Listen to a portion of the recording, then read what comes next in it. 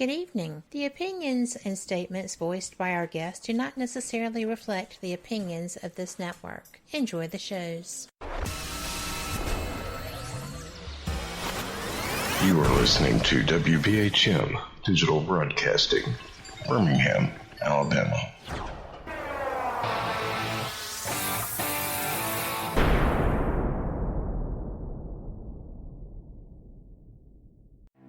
Headline edition, July 8, 1947. The Army Air Forces has announced that a flying disc has been found and is now in the possession of the Army. Army officers say the missile, found sometime last week, has been inspected at Roswell, New Mexico, and sent to Wright Field, Ohio, for further inspection.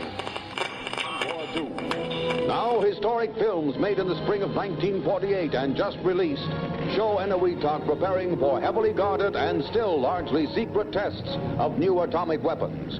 The test's purpose is to measure atomic effects on thousands of different materials, 30,000 tons of them, not, as at Bikini, to prove military effectiveness.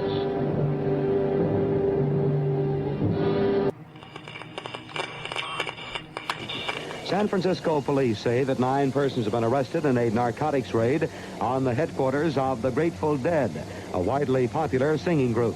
2 members of the group, Rod McKernan and Robert Weir, and their business manager, Danny Rifkin, have been booked on suspicion of possessing narcotics. 3, 2, 1, 0. All engine running. Liftoff. We have a liftoff. 32 minutes past the hour. Liftoff on Apollo 11. Tower cleared. We got a roll program. Neil Armstrong reporting the roll and pitch program, which puts Apollo 11 on a proper heading. I'm going to step off the limb now. That's one small step for man, one giant leap for mankind. Well, strange lights are causing a viral buzz on YouTube. Could we have caught extraterrestrial activity on a recent newscast? Brandon Arroyo investigates. As the newscast ended, the controversy began back on September 26th. What is that light shining in the back of the dark night sky?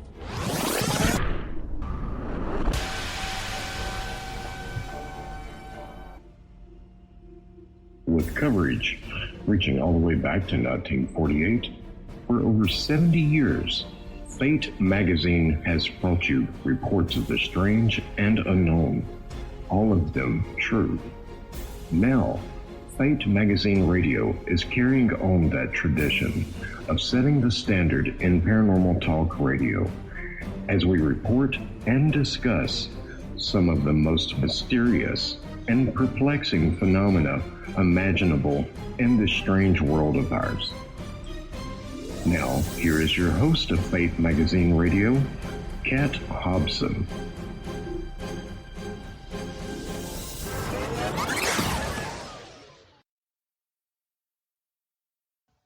Good evening. Welcome to WBHM Digital Broadcasting out of Birmingham, Alabama. You are listening to Fate Mag Radio, the online voice of Fate Magazine.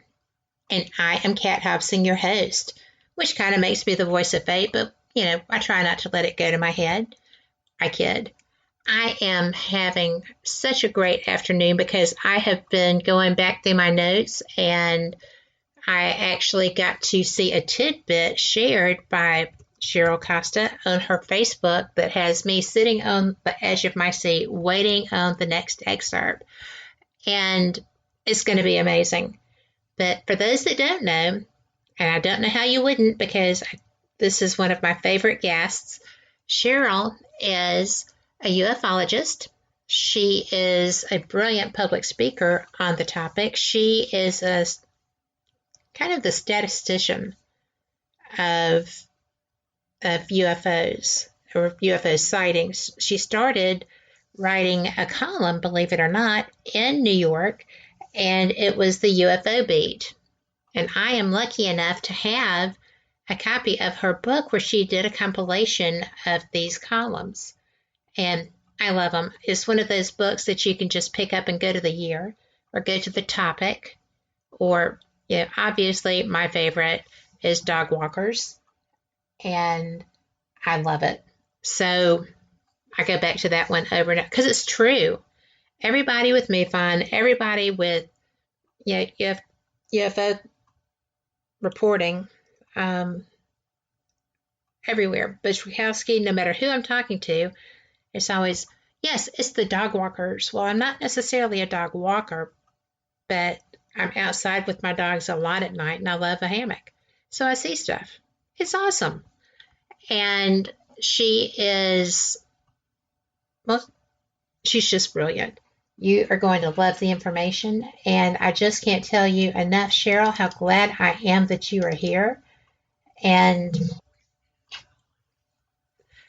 well, it kind of was a discombobulated intro, but you know how much I admire you, and I was trying to get people to know what was going on with your writing and stuff. And I just love your work. Thank you. I have enjoyed it. I enjoy you. You're somebody who, if I know that you're speaking somewhere, I try to get a video of that as soon as you're through. And I'm usually pretty successful at that. I don't know if you saw the post. I'm going to be a speaker with Contact in the Desert. I saw that. That is one of my favorite conferences. They had me under contract for last year, and I was looking forward to going to Joshua Tree, I know. And for that matter, Linda also, she was planning it. She had vacation scheduled. And of course, then COVID hit and everything went to Kaputski. And, I tell you, that COVID is a bad old guy. Well, it was. They had to cancel. They had to cancel everything I was signed up to speak at last year. So what we ended, in fact, including a New York State one, Linda and I were hosting, a little small one-day conference, and so it was a real pain. So as we started rolling into 2021, the Contact in the Desert people reached out to me relatively early and said the hotel's not going to let us in until such time as the population's vaccinated. So we're going to do a virtual. And I said, okay. And then they came back to me about a month ago, actually, and said, we need you to record your thing. Of course, I'd have somebody talk me through it because I don't routinely tape things or record things on my computer. So they showed me this little trick with Zoom where you're not hooked up to anybody, but you can sit there and start showing your slides and record.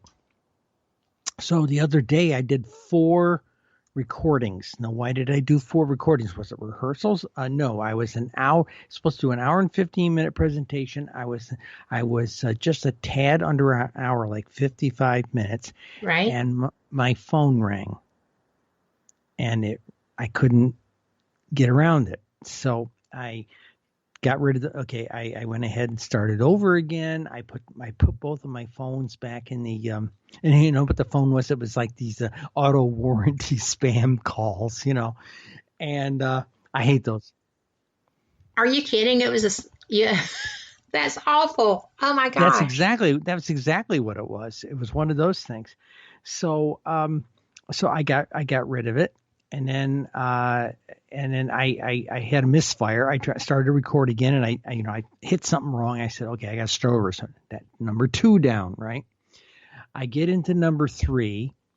I'm probably probably halfway through the hour and 15 minutes, and my cell phone was still sitting here on the desk with me, and it goes off. Okay, and it was important. It was something to do with some medical testing I had to do, and I had to take it. So the 3rd recording's messed up. Okay, so I contacted my spouse and I said, I'm gonna turn off my cell phone. The house phones are in the bedroom with pillows on top of them, and I'm going to get this thing done if it kills me. So I finally got the hour and 15 minute presentation done for them, but it took all day, and I'm on a deadline for the next statistics book, so I lost a day doing that, and the day before I lost a day going through and updating my slide presentation. Okay, it took all day, so I lost like 2 days to this. So I spent all day yesterday. I told Linda, I said, do not ask me to do anything. After I eat some breakfast, I am going to sit there and I'm going to blow through a bunch of states that I need to get certain statistics done for by the end of the day. And I had already done about 10 states of the top 26, and I wanted to get to basically have the top 26 done. And then going into this week, I would work on the next, the next 26 states. And when I say 26, it's 50 states and the district. And I really, really mean that. But there's always somebody in your audience, she doesn't know anything. It's only 50 states. I hear this stuff all the time, So I went to great lengths with this book to say 50 states and the district. Right. Whenever I talked about, the larger municipalities. So, but that's what I've been up to. The writing you saw me post this morning, I actually wrote in 2018. Okay. Did you now? 130,000 words worth of it. Wow. Okay. And it rolls into something special. Basically, this universe I came up with, alternate World War II universe.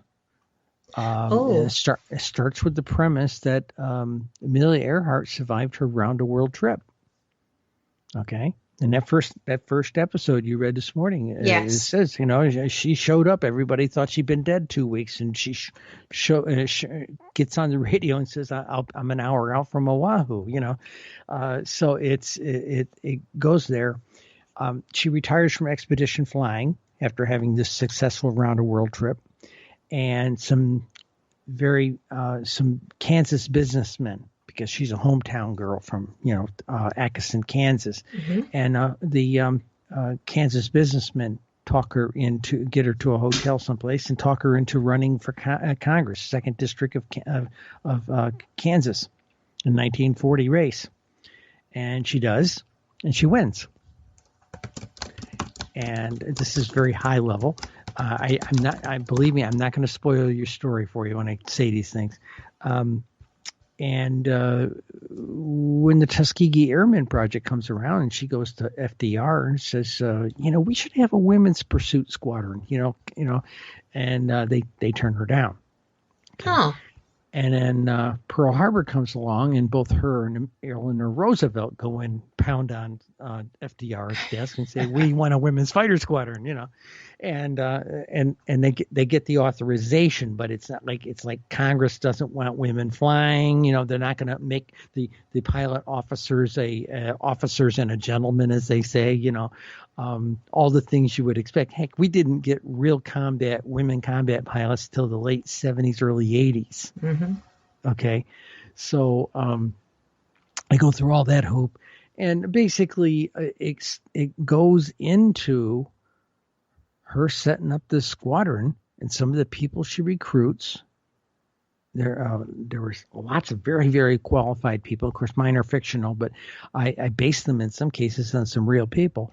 And she comes up with this really cool squadron of people, and it ends up being called, it's informally called the Earhart Squadron, but it's the Women's Volunteer Air Corps, the WVAC. And that's the story. And I wrote the story of like these women pilots, both in school and then later when they go to their first combat assignment. And it's an interesting story. And there's some people who want to make a live action role play game out of it. How could they not? Okay, I mean, imagine a weekend. This is how it goes down. Imagine a weekend. You're at essentially a women's fighter and bomber squadron in Key West, Florida, is the assignment. Okay, in our World War II, the Spanish have been aching to get back at the United States over Cuba for 40 years, since the Battle of San Juan Hill, all that kind of thing. Oh yeah. And when the Axis makes its attacks. Pearl Harbor, that kind of thing. The Spanish arrange a coup.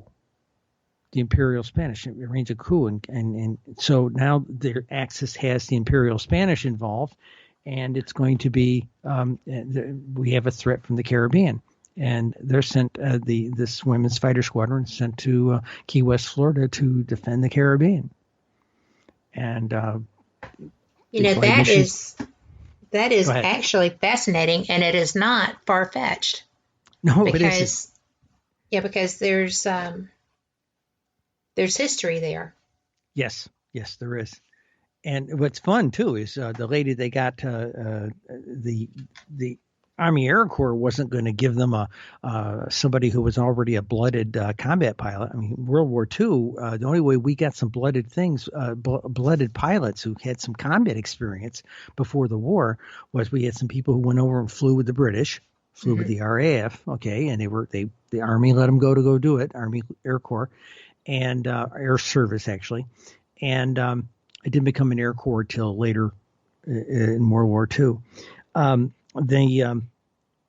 He also, General Chenault, went over to work with the mainland Chinese, and he had the Flying Tigers. Right. Okay. So, but they weren't going to, as these people were coming back to their home service, they weren't going to loan these guys out. These guys were like gold. Okay. So they needed somebody to teach combat flying tactics. Well, gee whiz, there was this woman by the name of Elizabeth Townsend. This is a fictional woman, but she's based on somebody. Right. And she flew with the leftists, the Spanish Republican Air Force during the Spanish Civil War in 1937 to 1938. So Earhart talks her into coming and teaching combat tactics at their defense flying school. And she's a real Spitfire. Okay, she really is. Farm girl from upstate New York, tobacco farm girl, and came back from the war. And her and her uncle, who flew in First World War, started a family crop dusting business, that type of thing. I have very, very deep characters in this thing. That does not surprise me at all. I'm sure your development is fascinating. Very much so. I've got one character that I have a lot of fun with. This one character. Didn't expect her to become a main character, but she did evolve into it. Her name is Edith Bertini. Okay, she was a member of the Flying Bertinis. Okay, there's no such thing, but I patterned it after some circus people. And right. she'll tell you, she says, "Oh yeah, I was born in such and such a year. I'm a circus girl. I grew up in the circus. My parents were the Flying Bertinis, and one time the train was going to Oklahoma to Tulsa for a show gig, and there's a car.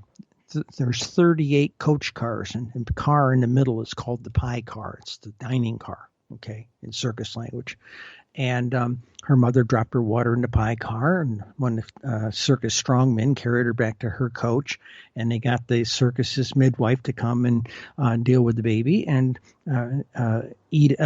she likes to call herself Edie, Edith the Bertini. Edie is very proud to tell you my very first crib was my mother's spare wardrobe trunk.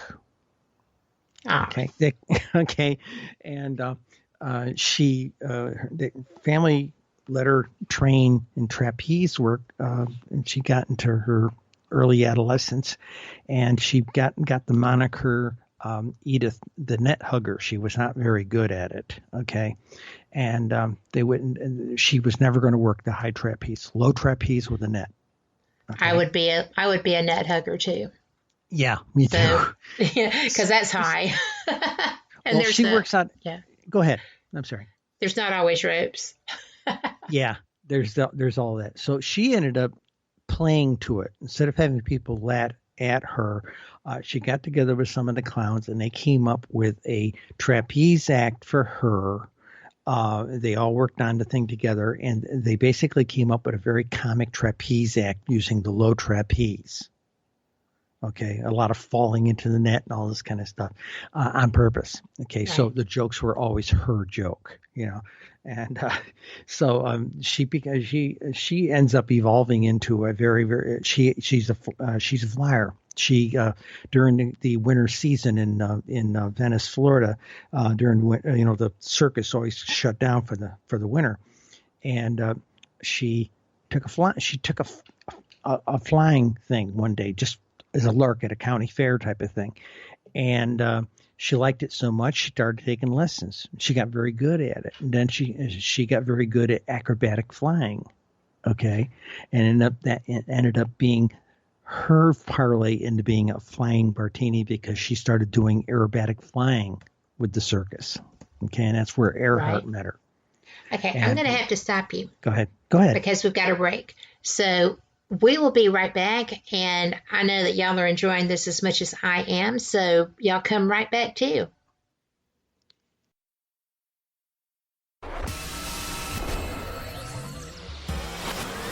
You are listening to WBHM Digital Broadcasting, Birmingham, Alabama.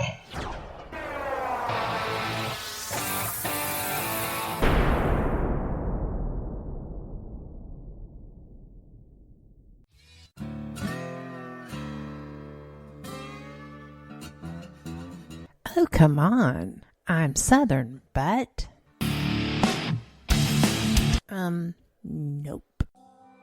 That'll do. Hello, I am Kat Hobson, host of Paranormal Experience here on WBHM Digital Broadcasting out of Birmingham, Alabama. I enjoy having guests from all areas of the paranormal, from ghosts to ufology to cryptids and beyond. You'll find some of the best researchers in their fields bringing you some great information. Join me on Wednesday nights from 8 to 10 p. Eastern here on WBHM Digital Broadcasting.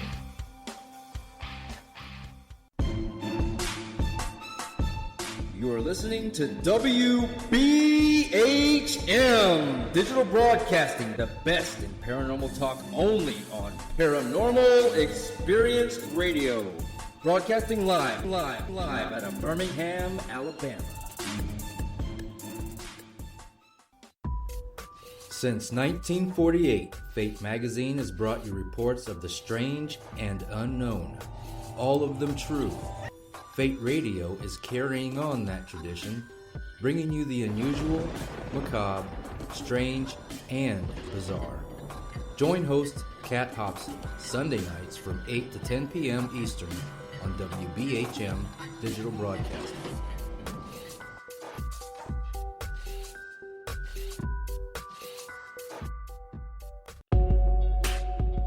You are listening to WBHM Digital Broadcasting, the best in paranormal talk, only on Paranormal Experience Radio, broadcasting live out of Birmingham, Alabama.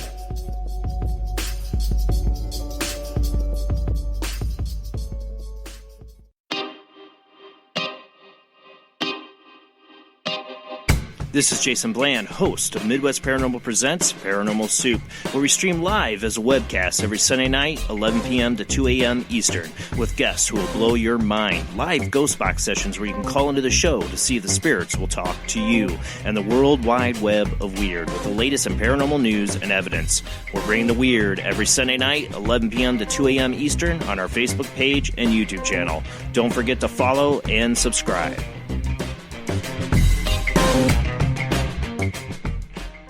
Thank you for listening to WBHM Digital Broadcasting out of Birmingham, Alabama. The time is 23 minutes after the hour.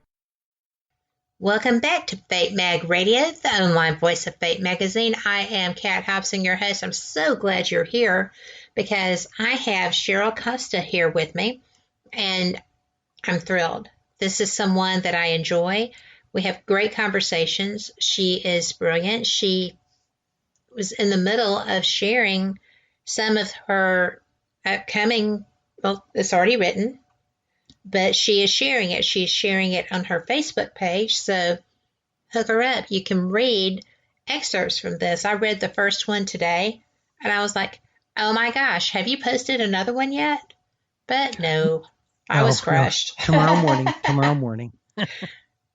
I want to add, too, before you go on with this, that you don't just write ufology, that you have written so many screenplays. Your one-act plays are brilliant. You've got a lot of them on Amazon. People can use those.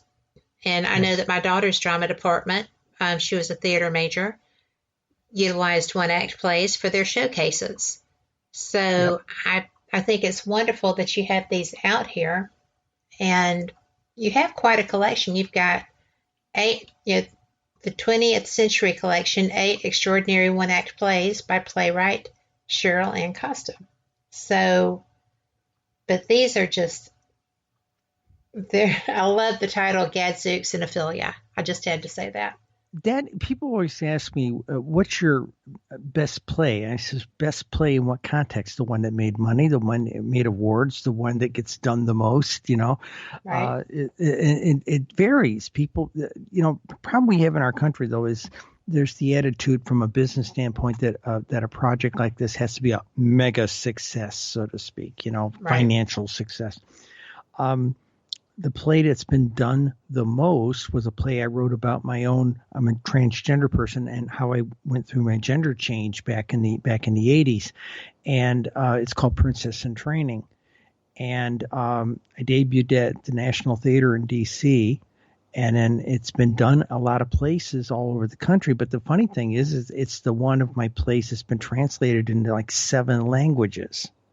Really? It's been done all over the world. You had not told me that. Yeah, well, most people don't talk to me about my plays. Yeah, it's been translated into Spanish. It's been translated into Flemish. That's like Belgium. Yes. Turkish. It was done. It was done in. It's been done in Mandarin, a variant of it. I had one guy in German translated it in German. Okay, we had to go through a lot of hoops because I tend to write with a lot of colloquialisms. Mm-hmm.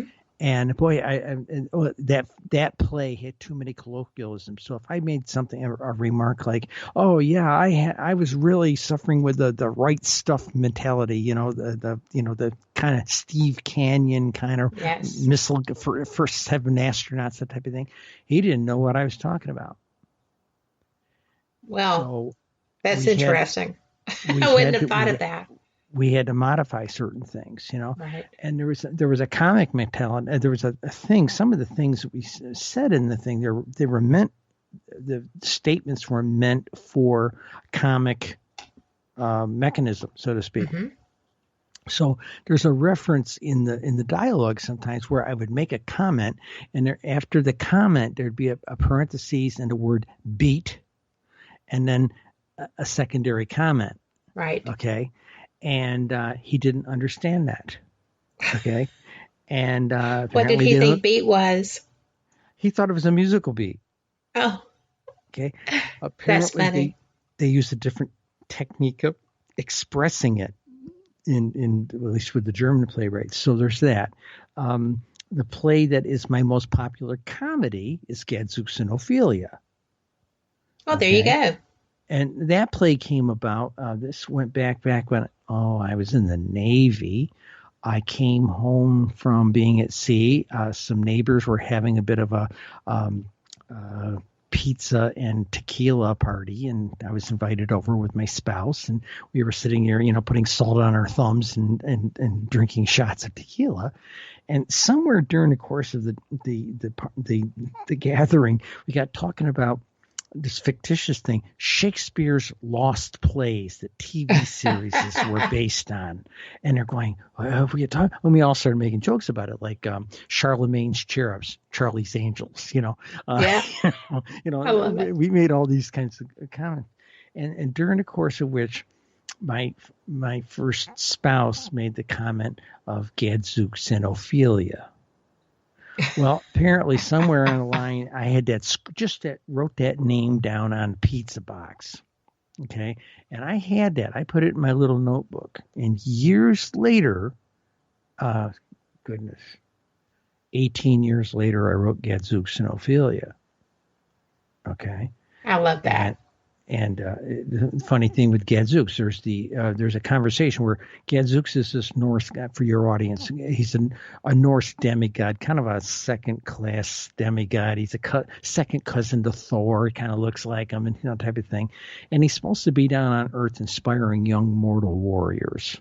Okay, and one day, Zeus calls him in. In fact, he had to call him 3-4 times to get there. And he's screaming, "I want Gadzooks!" Gadzooks shows up, walks on stage holding this huge tankard. and he's plowed. He's plastered. You want to see me, Your Holiness? And he gets in there, and Zeus has about a 3-minute conversation with him and just chews him out for not being down on Earth inspiring new mortal warriors. And of course, Zeus says, well, it's hard to inspire them when the wars aren't fashionable. Fashionable, oh my! It was this whole thing. So Zeus decides to play in this guy's emotion. See, not Zeus. Odin. I apologize. Odin. Remember, these are Norse guys. They're up in Valhalla. Okay. So what happened was Odin basically is classic Odin. He's a trickster. Okay. So he says, I bet you could inspire anything for anybody to anything. Well, I guess I could, but I'm really best with warriors. He says, I'd like to see that. And he sends his punishment. They send him down to Earth to inspire a young mortal artist. Okay. Interesting. And he ends up in a little Texas town with a girl who's flunking out of art school, college art school. And he comes in to talk to her, and he thinks she looks like the dear sweet Ophelia. And he's looking at her sleeping on this couch. He thinks he's there to inspire her father, the maestro. Okay. And it turns out to be her. And he refers to her as Ophelia. He said, my name's not Ophelia. My name's Pearl. And that type of thing. And they go round and round. And then eventually he inspires her. Yeah. I love that. And I do, but I love all of them. So so if you are looking for something that's just fun, good reading, and if you love plays, get you one. And it's on her. You can get it the same place that you can get the ufology books. And I'm going to tell you that the 20th Century Collection, 8 Extraordinary One-Act Plays by playwright Cheryl Costa, is very good. But so is the UFO Sightings Desk Reference and the UFO Beat and Charmaine's Tales of Wonder. So there's all kinds of things you can get. You can get into all this stuff. But can I give you one more twist on something with those plays? Oh, do. Okay, we talked about Princess in Training being the one with the been translated and all this kind of stuff. Right. Zeus and Ophelia, the comedy.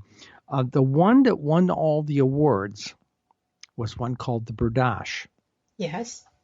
And that is about a new age shaman lady goes out to the Southwest to get a vision in the desert type of thing, and managed to get a Native American Winte spirit comes down and inspires her to go back and try to teach something, and tells her to go back and share the native ways with the priests and priestesses of the white tribe. In other words, Catholic priests, Catholic nuns. Mm-hmm. And the priest, well, this person, Amiel or Amy, is transgendered. Actually, she's a hermaphrodite. She's born with both genders. Okay, and the priest won't take her because she's too female, and the nuns won't take her because she's too male. Okay, and that packed the house. Standing room only kind of thing. We didn't realize that was going to happen. In fact, everybody thought it was going to be the bomb of the night. So all the two other one-act plays that evening literally went to the producers at this is a working theater company, Silver Spring Stage, and said, we want to have our shows goes first because we don't want everybody walking out because of this show. Okay, that was the attitude. Okay, right. We cast the lead role 4 times. And 2 people had to drop out for business reasons. We were in D.C. People had to drop out all the time for these things. And then the third person we tried, the production company director and producer hated her, didn't like her rendition of the character. And literally 10 days before actual stage production, they fired her on the spot. And 10 days out.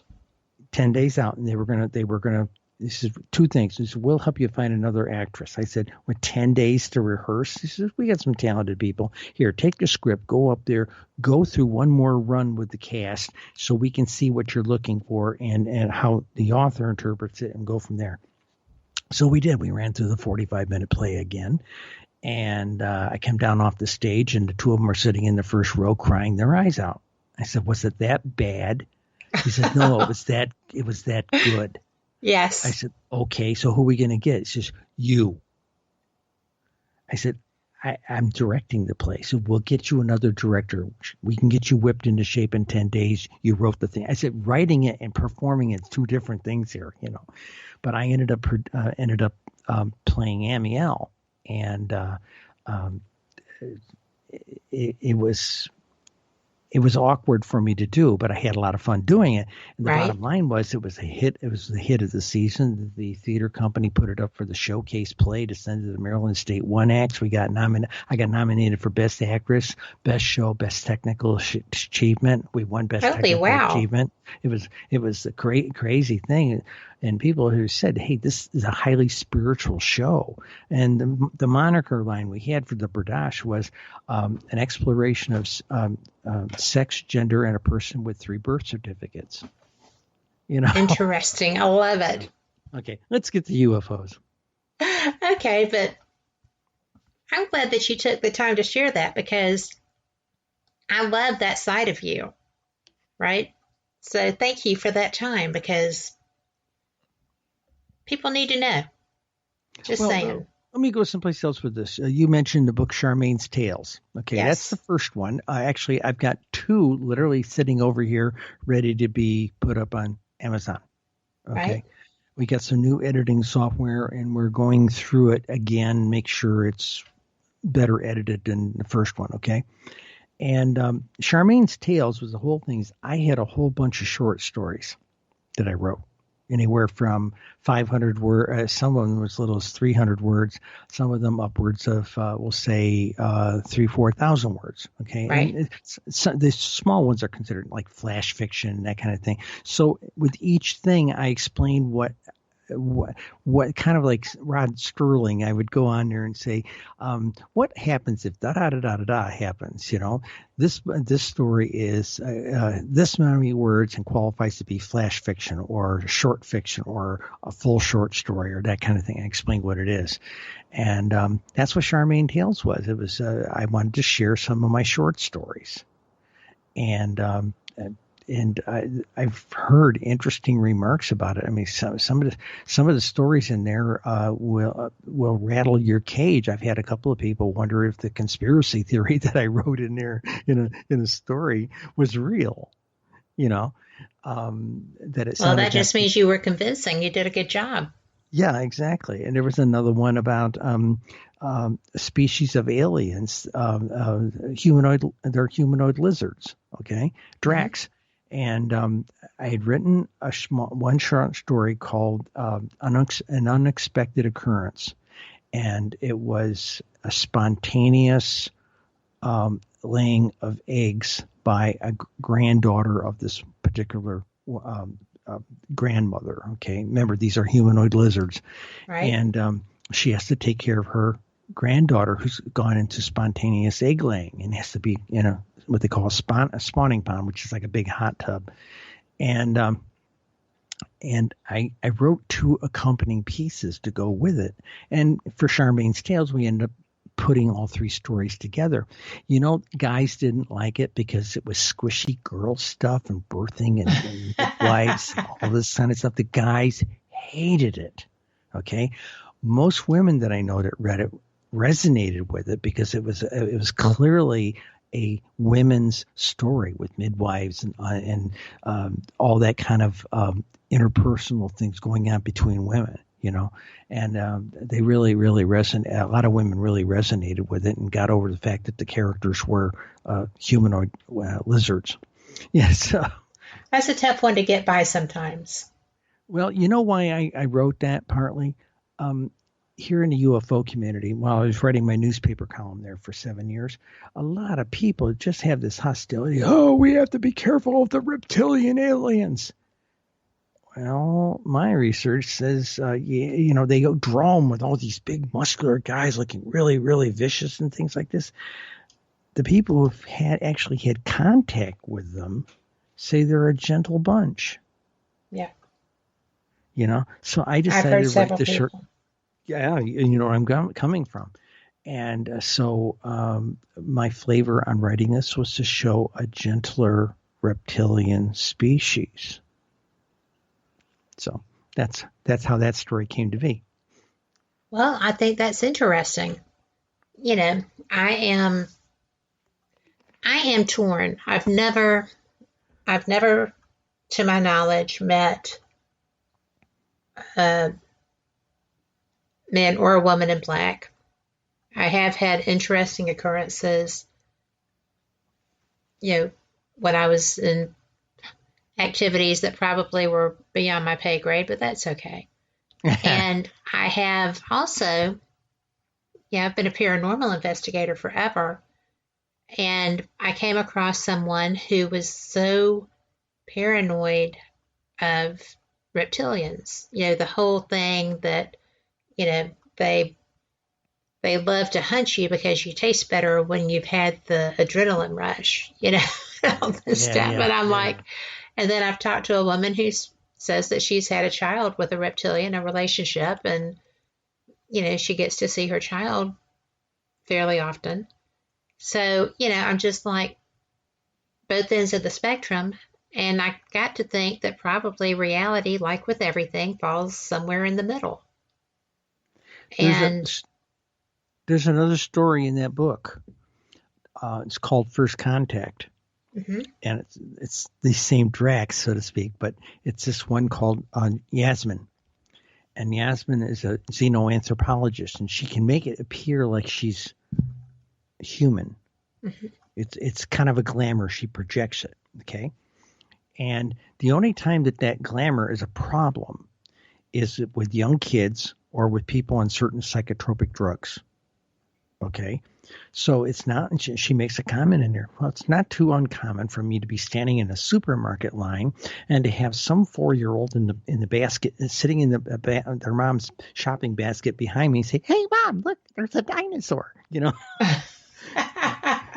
And of course, Yasmin makes a comment. She always says, "Well, so I always go back and I always look back at the nice lady and our father, and I say, oh, what a lovely child you have," So, and that's the flavor of it. And right.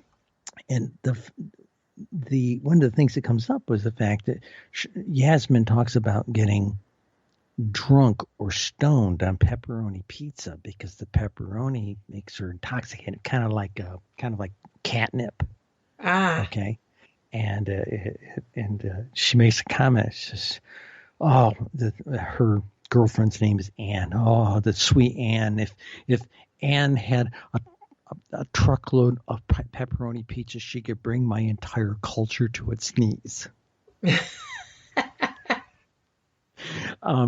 I know several people who have regular interaction with reptilians. Yeah. And they have the nicest things to say about them. Well, I have never had reason to doubt that there are a lot of people interacting with every species here on Earth. And, I'm not a Pollyanna, and I'm not, somebody who falls for everything. Yeah. But I'm very cynical, having been a newspaper reporter. Right. But, and I get approached, as you can imagine, with this show with a lot of interesting ideas that I can tell you about after this break because we're late. But okay. We will be right back. Y'all come back too.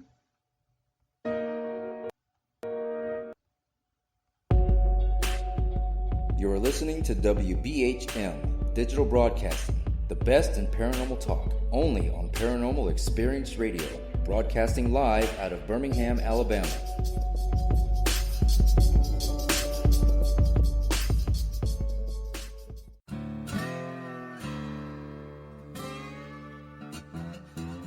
Oh, come on. I'm Southern, but... Nope. That'll do. Hello. I am Kat Hobson, host of Paranormal Experience here on WBHM Digital Broadcasting out of Birmingham, Alabama. I enjoy having guests from all areas of the paranormal, from ghosts to ufology to cryptids and beyond. You'll find some of the best researchers in their fields bringing you some great information. Join me on Wednesday nights from 8 to 10 p. Eastern here on WBHM Digital Broadcasting. Since 1948, Fate magazine has brought you reports of the strange and unknown, all of them true. Fate Radio is carrying on that tradition, bringing you the unusual, macabre, strange, and bizarre. Join host Kat Hobson Sunday nights from 8 to 10 p.m. Eastern on WBHM Digital Broadcasting.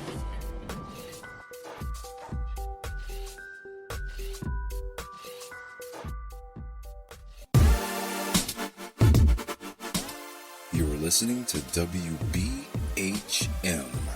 Digital Broadcasting, the best in paranormal talk, only on Paranormal Experienced Radio, broadcasting live out of Birmingham, Alabama.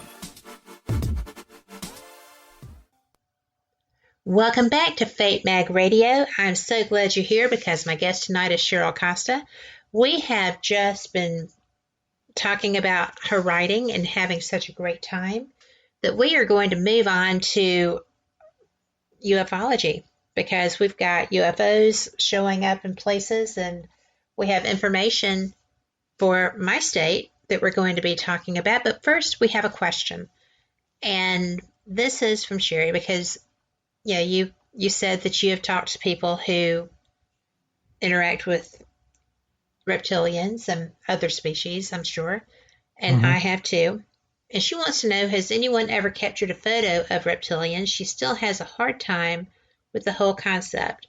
Aliens and Bigfoot and some cryptids she can believe, but she's struggling with reptilians. But they are, they're aliens.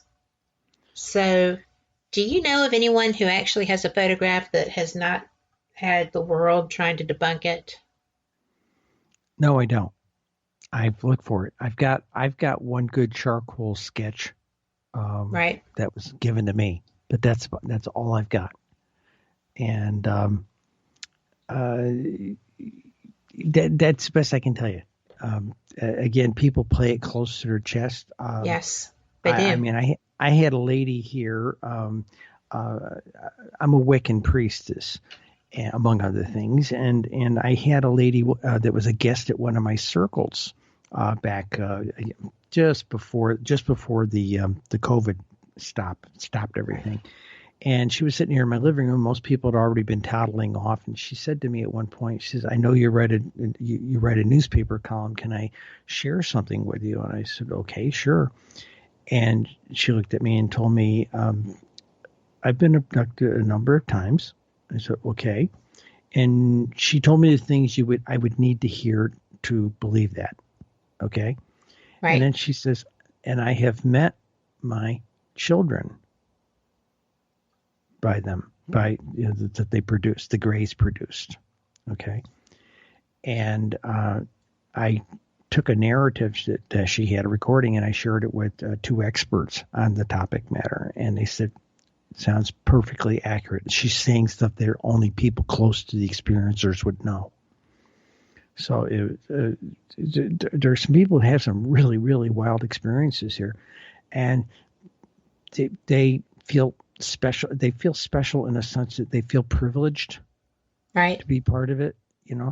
And that's all I can say. The most people that I have talked to have had some kind of interaction with them feel privileged to have had contact. Hell, if you read Whitley Strieber's books, he's delighted to have contact with them. He is. I enjoyed the topic matter, though I'm not going to belabor it because I have no proof, and as a journalist, it makes it very awkward not to be able to, as you say, produce pictures and things like exactly. Yes. Okay. Well, there you go. Now, we are going to move on we've got about 10 minutes before we have to take our top of the hour break, but you have all kinds of information. Where do you want to go first? Well, okay, let me give you the highlights on Alabama. Okay. Yes. Now you're going to have to help me with some localities, okay? I can do that. I'm not good at. First thing you need to know, 2001 to 2020, Alabama comes in ranking number 31 in the country for sightings. They over the 20 years they had about 1,692 sighting reports for Alabama. They average it's pretty scant. They average a couple of a sighting a week or type of thing. Okay, you're not a heavy hitter most of the state. Okay, right. But a couple of interesting things. Let's see, Jefferson County. That's where I live. Okay, Jefferson County is number 1, had 227 of those sightings. Okay, Madison County is number 2, That's where NASA is. Okay, 138 sightings. Baldwin County, 133. Mm-hmm. Mobile County, 125. Those are both coastal. Mm-hmm. Okay, see, now there's one of your major drivers. And Baldwin County is right on it butts up to Florida, where NAS Pensacola is. Okay, for your listeners, we've discovered that UFOs are, okay, most people would knee-jerk and say it's population, and population is a driver, but we found out that temperate weather is a driver next to that. The other thing is leisure time, okay? Yes. And boy, we were able to test leisure time with the COVID lockdown. True. Okay? I cannot wait to see what the compilation is going to be for this year. It was a measured amount, and for those 2 months, March and April, the sightings went through the roof. Okay, and then the fifth driver is hours of darkness. Mm-hmm. Now, a lot of people say, well, we see them in the daytime. I said, yeah, but the vast majority of sightings happen between 5 o'clock at night and 11:30 at night. 68 to 75% happen between those windows, and probably 50% of that happens between 8 and 8 o'clock and 10 o'clock. Okay, interesting. It's a really stiff peak. Alabama is interesting. 76% of the states have a day of the week. Now, back in the 70s, John Keel did a thing, and he came up with this idea that there was the Wednesday phenomena, that most of the UFO sightings were on Wednesdays. But he had a small data set. He had 800 or 1,000 sightings, okay? I'm working with 100, okay, in 20 years, I'm working with 167,632 sightings, okay? So we've got a bigger data set. And 76% of the states, it's Saturday, okay? But a certain group of southern states, it's Wednesday or Thursday. Now, my spouse has a couple of interns working for her. This was a couple of years ago, and they were from down south. And they said, wait a minute, Wednesday or Thursday? Well, that's Bible study night. Yes. So again, it goes into that leisure time thing, because you're out, you come someplace, you go to your Bible study, you come out at 8:30, 9 o'clock at night in the parking lot. Hey, Frank, look at that, that kind of thing. And that's what we think happens. And then there's a couple of states have some really oddball things. Alabama is a Thursday night state, our Thursday state. Okay. Right. Let me go back to those counties for a second. Okay, we were down to number 5, which was Limestone County. Okay. Also up around NASA. Okay, Shelby County is number 6.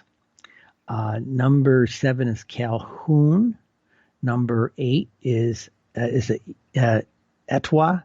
Etowah. Mm-hmm. Etowah is number 8, and number 9 is Tuscaloosa, and then number 10 is Montgomery County. Okay. Those are all populous areas. Of course they are. Etowah, yes. Not so much, but everything else is. Okay, now city-wise, okay, here's your top 10 cities. Okay, Let me blow that up a little bit because I'm an old lady and my eyes are going here. Okay. Birmingham is number 1 city in Alabama with 108. Right. Okay. Number 2 is Huntsville, NASA. Okay. Mobile is number 3 with 71. Madison is number 4 with 43 sightings. And this is over 20 years. Okay. Right. Montgomery County is number 5 with 39. Gulf Shores 33. And that is number 6. Florence is 31 sightings, number 7. Tuscaloosa is number 8 with 27 sightings. And Dothan, D-O-T-H-A-N. Spell it again. D-O-T-H-A-N. Oh, Dothan. Dothan. That's where that's where helicopter pilots train. Okay, they're number 9 with 25, and then the alphabetical. This next one's 25 as well. Gladstone is number 10 with 25 sightings, and then it gets smaller from there. So you get an idea. That's what your hit parade is there.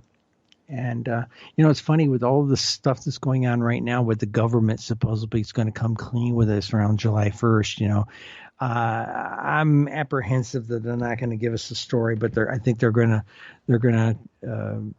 probably admit that they truly do have things that are unexplained. But are they going to tell us are they going to confirm aliens? Are they going to confirm that they've got off-world craft? I don't know. I'm holding my breath on that.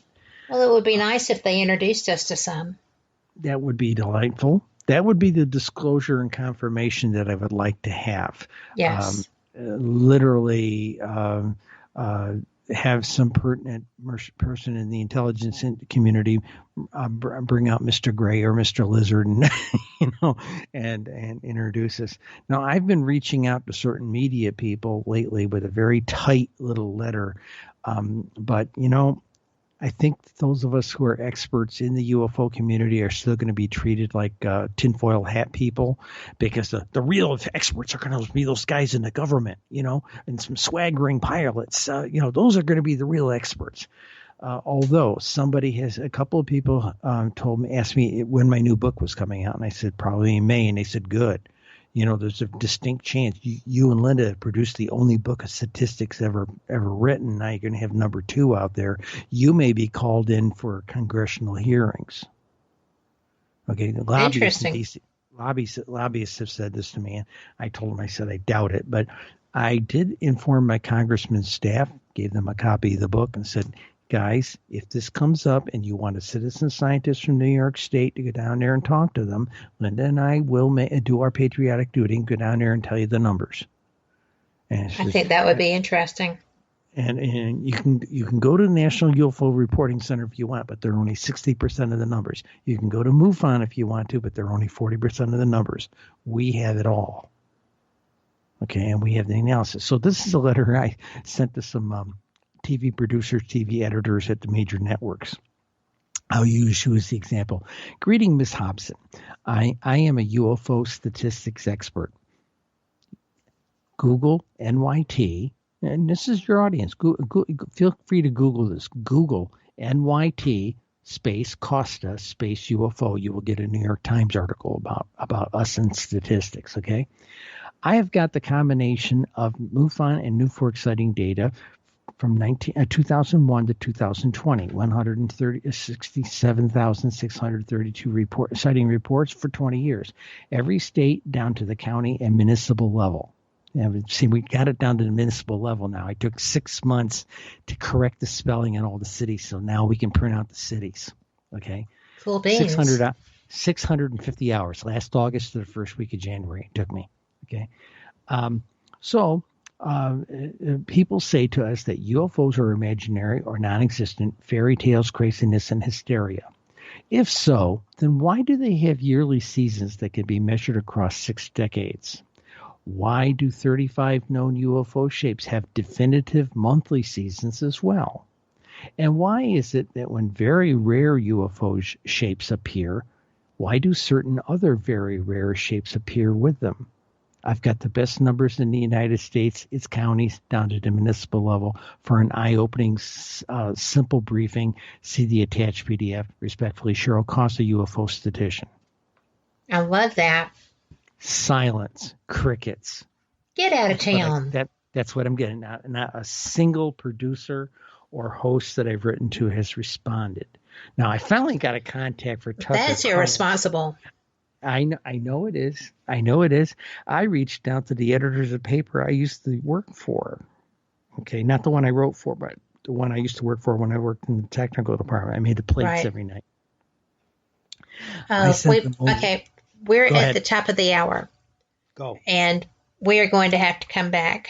But I definitely want to stay on topic with this because this is huge. The crickets are huge. So when we come back, y'all come back too.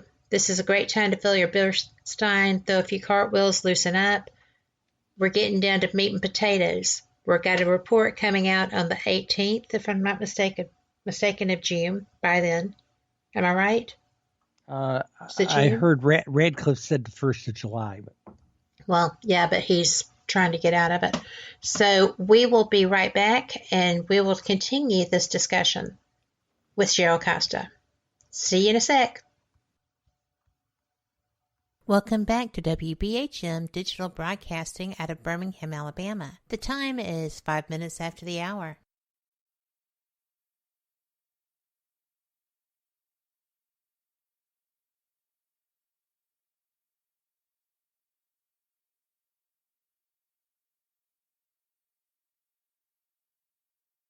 This message comes from NPR sponsor 3M, working to improve lives through innovation and action. Learn how 3M is helping the world respond to COVID-19 at 3m.com/COVID. 3M Science, applied to life. Live from NPR News, I'm Janine Herbst.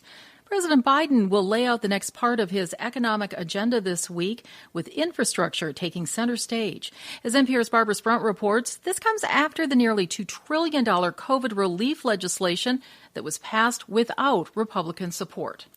White House Press Secretary Jen Psaki told Fox News Sunday that the administration has 2 upcoming proposals. The first, to boost infrastructure funding, a cause that could draw Republican support. I don't think Republicans in this country think we should be 13th in the world as it relates to infrastructure. Roads, railways, rebuilding them, that's not a partisan issue. The second part of the plan, which Psaki said will be detailed in April, will focus on childcare and the cost of health care. She emphasized that the 2 proposals are separate, but that the administration will work with the Senate and House on how they should move forward. Barbara Sprunt, NPR News, Washington. Members of the Congressional Asian Pacific American Caucus traveled to Georgia this weekend to visit 3 Asian-owned spas where 8 people were shot to death earlier this month, 6 of them Asian American women. Lily Oppenheimer from member station WABE has more. Several lawmakers outside of Georgia trekked to Atlanta and paid their respects on Sunday. The caucus is calling for the killings to be prosecuted as a hate crime. California Representative Judy Chu talked about the experience of retracing the shooter's steps and driving 30 minutes between both locations. Chu says she believes the shooter was targeting the Asian community. It is clear that this was a deliberate journey.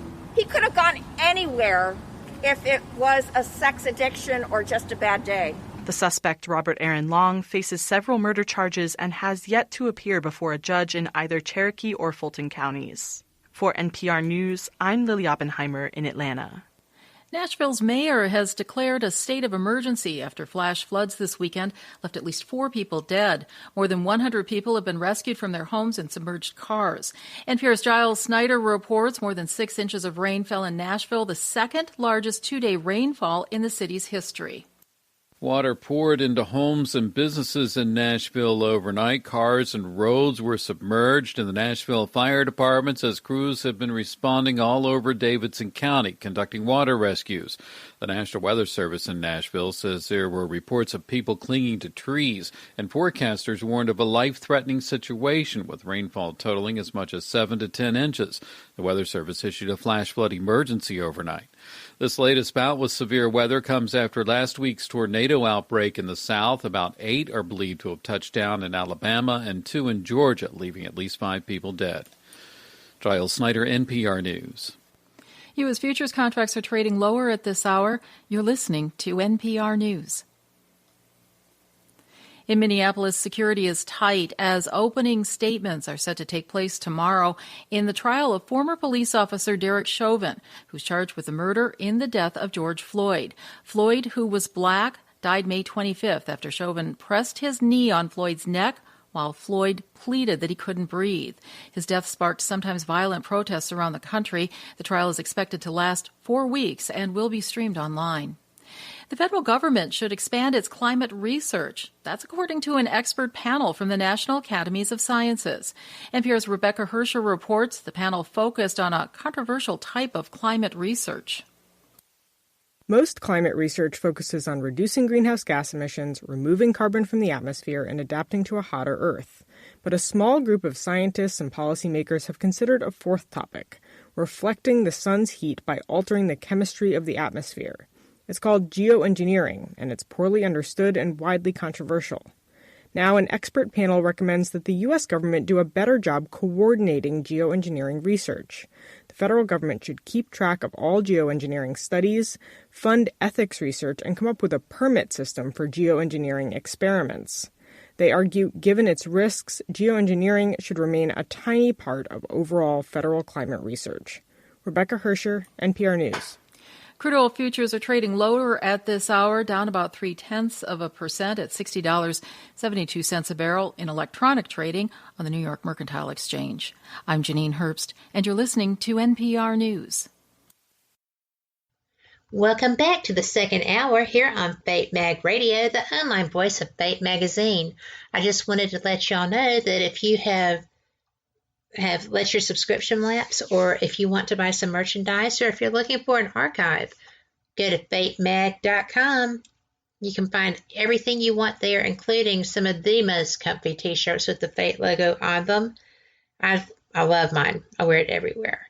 So my guest tonight is Cheryl Costa, and we have been having a great conversation. We've covered everything from her playwriting to various species of aliens, and we are on to UFO statistics, and she has been trying to get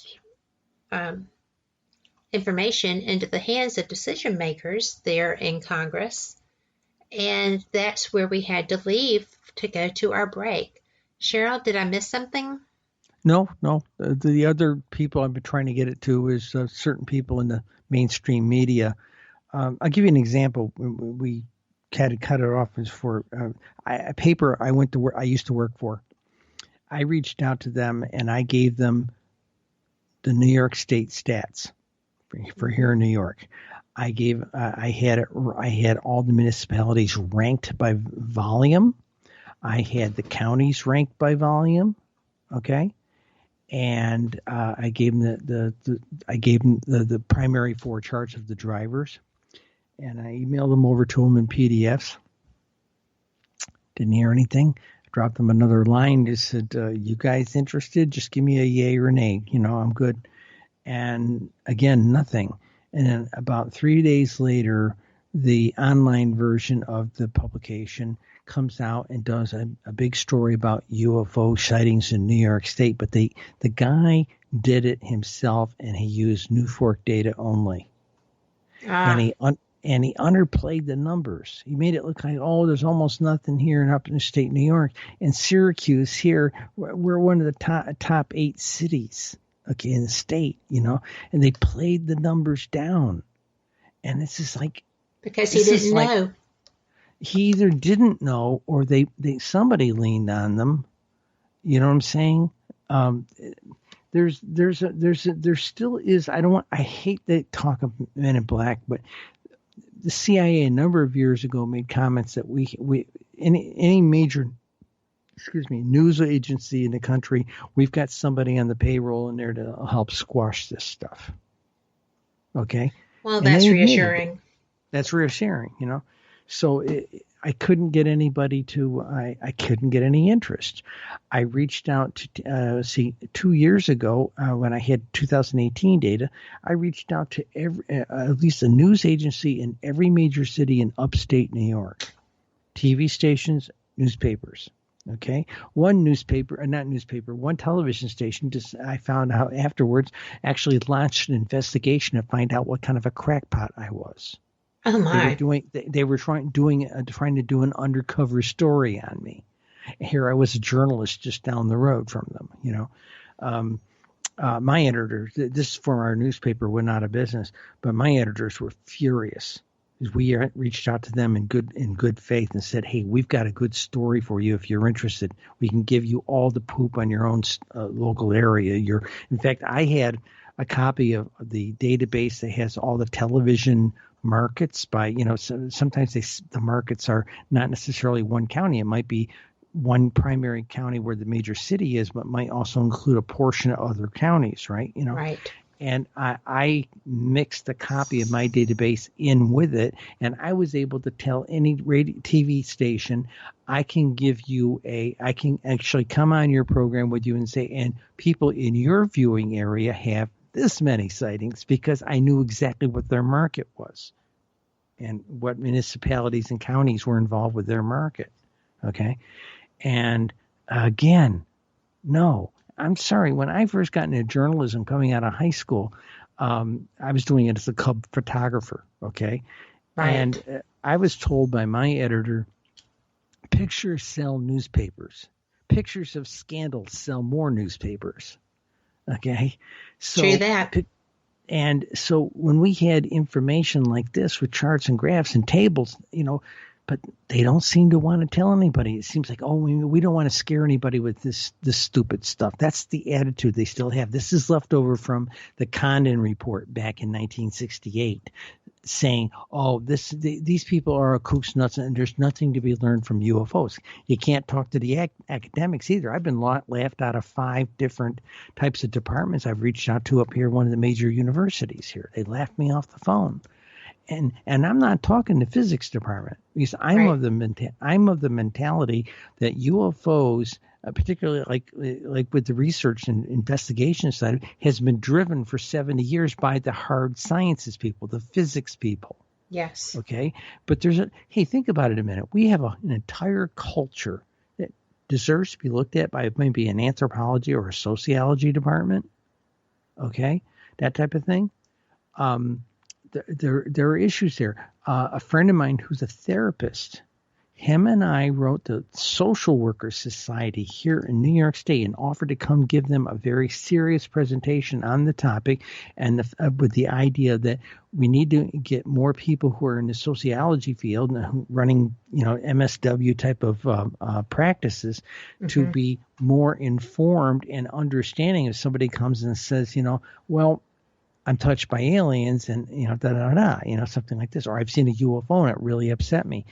And we wrote them 4 times. Why do you think that they are fighting this so hard? Because that also is irresponsible. The response of the government entities that you reached out to is ridiculously irresponsible given this day and age, and the fact that they have citizens being abducted. And they do not choose to do anything relevant in that situation. And then now you have psychologists who aren't interested in being able to help that segment of their possible practice. This is just irresponsible behavior, not because the topic is a woo-woo topic, but because even if they have one client who is an abductee or thinks that they are, either way, it doesn't matter. If they're having trouble coping, then the people in charge of that type of service need to have information on how to help. Oh, I agree. I mean, it's completely irresponsible. Well, I sat down at one point with somebody high up at this one university, and I said, think about this topic matter. And I said, just keep out of your head that this is fairy tales, hoaxes. it's imaginary, and the people who report these things are true believers and all this stuff. Just keep that out of your head for a second. If the government were to come out tomorrow and say these things are real and we're being visited by somebody from someplace else, not of our world or not of our reality, which is a more accurate statement. Yes. Okay. That's a better way of saying it, and I tend to use that more because it's less about coming from other galaxies and other planets, but rather more coming about from other realities, dimensional realities. And I said, how in a modern university are you guys going to deal with the topic matter? Think about it a minute. Everything is so stovepipe, but this is like. My wife was in the environmental field.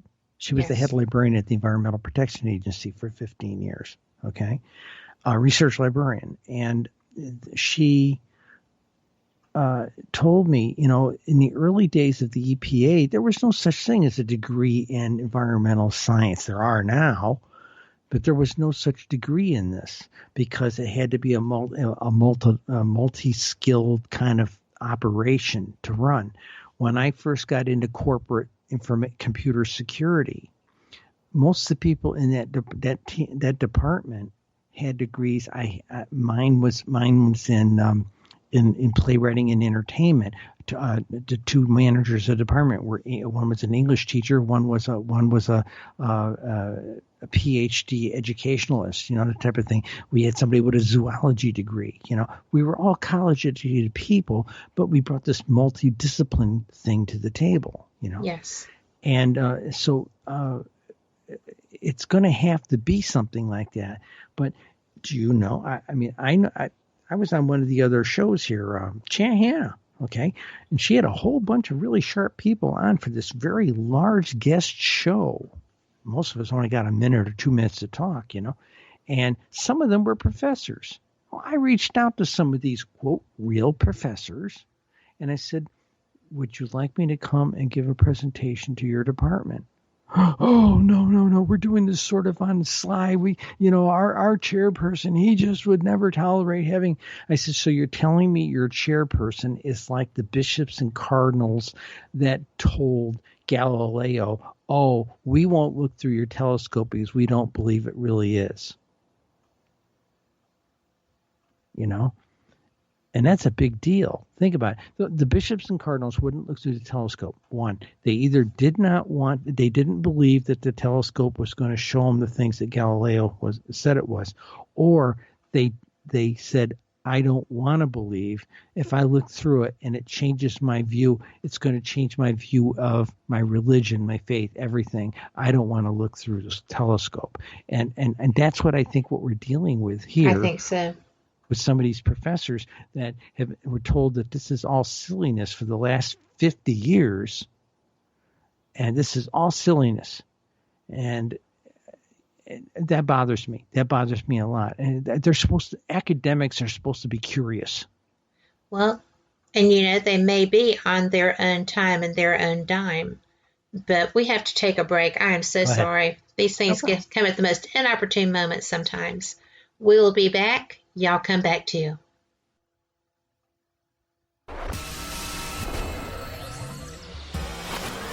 You are listening to WBHM Digital Broadcasting, Birmingham, Alabama.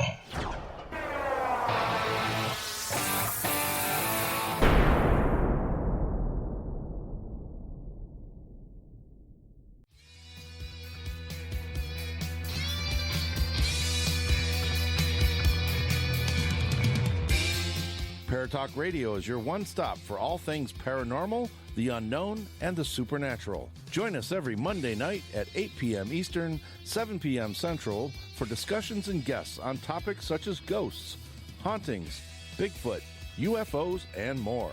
This broadcast is rated M for mature and intended for listeners over 16 on paratalkradio.com.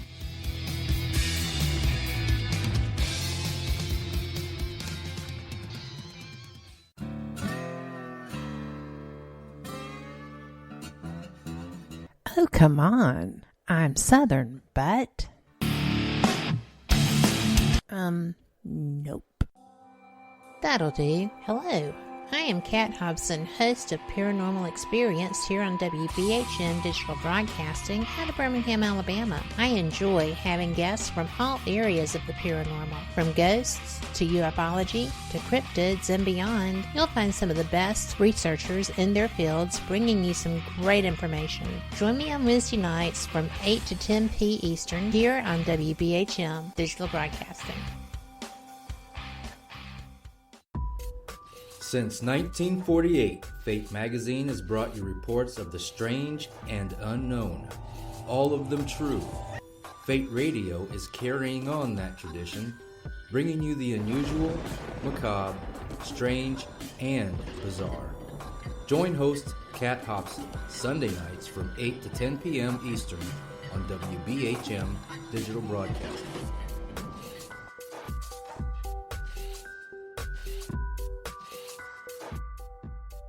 Thank you for listening to WBHM Digital Broadcasting out of Birmingham, Alabama. Since 1948, Fate magazine has brought you reports of the strange and unknown, all of them true. Fate Radio is carrying on that tradition, bringing you the unusual, macabre, strange, and bizarre. Join host Kat Hobson Sunday nights from 8 to 10 p.m. Eastern on WBHM Digital Broadcasting.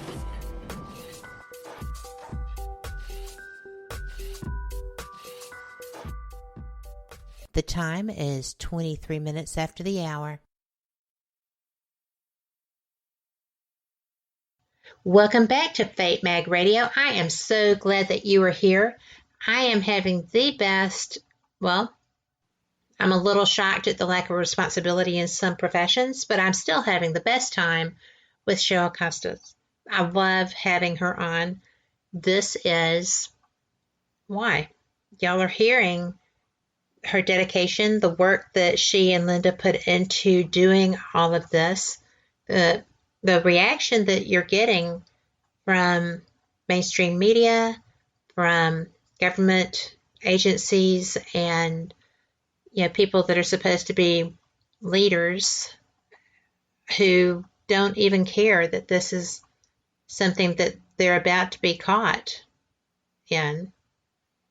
And, technically they already are caught in it because the knowledge is out there no matter how much they try to run from it. So please continue. I'm sorry that we had to stop. No problem. Well, Defense Intelligence Director there, a former guy, Ratcliffe, okay? Yes. He was on with Tucker. Now, he made a point that Chris Mellon made a similar point back after he had been in that position, okay? When they really started looking at it, because all the pilots were out in the fleet were complaining that they were getting buzzed by these things, and they'd file reports, and it went nowhere. The people in the intelligence community were afraid of the stigma, and nobody would own it. They weren't helping. If it had been anything else, the intelligence community would have been all over it. Absolutely. Nobody would own it. Nobody would own it. So part of what this is going to do, this report that's going to come out, they're going to explain who's going to own it. It's going to be under naval intelligence. I do know that in advance, but they're going to say who's owning it and how they're going to do it and how the military will be able to plug into it. And there will be a group of people who are going to take this seriously within the military intelligence community, and not just say, "Oh, that's about those stupid UFOs. We don't want to go there." Okay. Well, do you know that's alarming that this is going to be strictly viewed as a military issue, because the narrative is being set up that this is controversial, confrontational. Yes. When the Roosevelt was in the Atlantic, which actually is being reported on a lot more. I heard 2 different reports on that, on the Atlantic experience, as opposed to the Nimitz group over in the Pacific, which is much more recent and much more sexy because they released the video. So I was surprised to hear more about the Atlantic. But it's being set up as, we need to get the economy this is not what they're saying, but, we need to get the economy moving. We have all these things that we need to get done, but we don't have an enemy on planet that we're positive that we can beat, right? So what are we going to do? Well, now we have a new, enemy. Whipping boy, yeah. A new threat, an existential threat to the United States, actually the world. We'll get everybody on board. And, so we're going to be doing, the Battle of LA all over the place. That's a little concerning. Yes, it is. And the mindset, I love our military. I absolutely love our military. They are the bravest people who go and do the things that nobody else wants to do. And they face the most harsh realities while they're doing it. I don't have anything negative to say about our military. I do have a lot to say about people in power that need a target. And, I find this very alarming. No, I'm there with you. I'm a former combat veteran. I worked in Navy submarines. I worked Air Force first, and I was in the Navy second. And that bothers me. That when I heard Radcliffe talking about the fact that there was nobody up there willing to own it. Mm-hmm. There was a stigma that even in the intelligence community, nobody wanted to be that UFO guy. Nobody wanted to be associated because they figured it was a career killer. And we laid this again back at the feet of Dr. Condon back in '68. And the stupid thing about him is the fact that, he had his mind made up a whole year before. That's been well documented. Absolutely. Okay. He spoke at Corning Glass, where I'm from Corning. He spoke at a Corning Glass company a year before the final report came out, and he said he'd already made up his mind. Okay. But he had people in his team that said, hey, there was stuff in there that he should not have blown off. In his defense, and I hesitate to defend Dr. Condon, the Air Force did not tell him that our IBCBMs were being shut down out there and missile silos out there in the plains. Right. Out there in the Great Plains. Yes. They did not tell him that this had been happening since the mid-'60s into the '70s, So, and I've seen documents on this stuff, it's real. And we were being protected by ET because we were playing with a big box of matches. And in the 80s, we all expected to get nuked, morbid. And it was I was very pleased to hear that they scared us into not getting into this kind of a thing. They scared the Russians. They scared us. Yeah. Okay. By either turning off our missiles or turning them on and taking them right down to 5 seconds before a launch or something like that, and then shutting everything down. They did that to the Russians. Okay. So I don't think ETs are a problem. People ask me all the time on interviews, especially in commercial radio. They'll say, well, aren't you afraid they're going to come down and invade us? I said, hell, they could have done it in 1561. Somebody protected us. Yeah. Okay, there was a battle over Nuremberg, Germany in 1561, April 14th. Google it if you don't know what it is, folks. And yes. And they came out of their huts on one morning, and there was a Star Wars battle going on over top of this city. So and in Switzerland a little later, it happened twice there. 5 years later in Basel, Switzerland. Yes.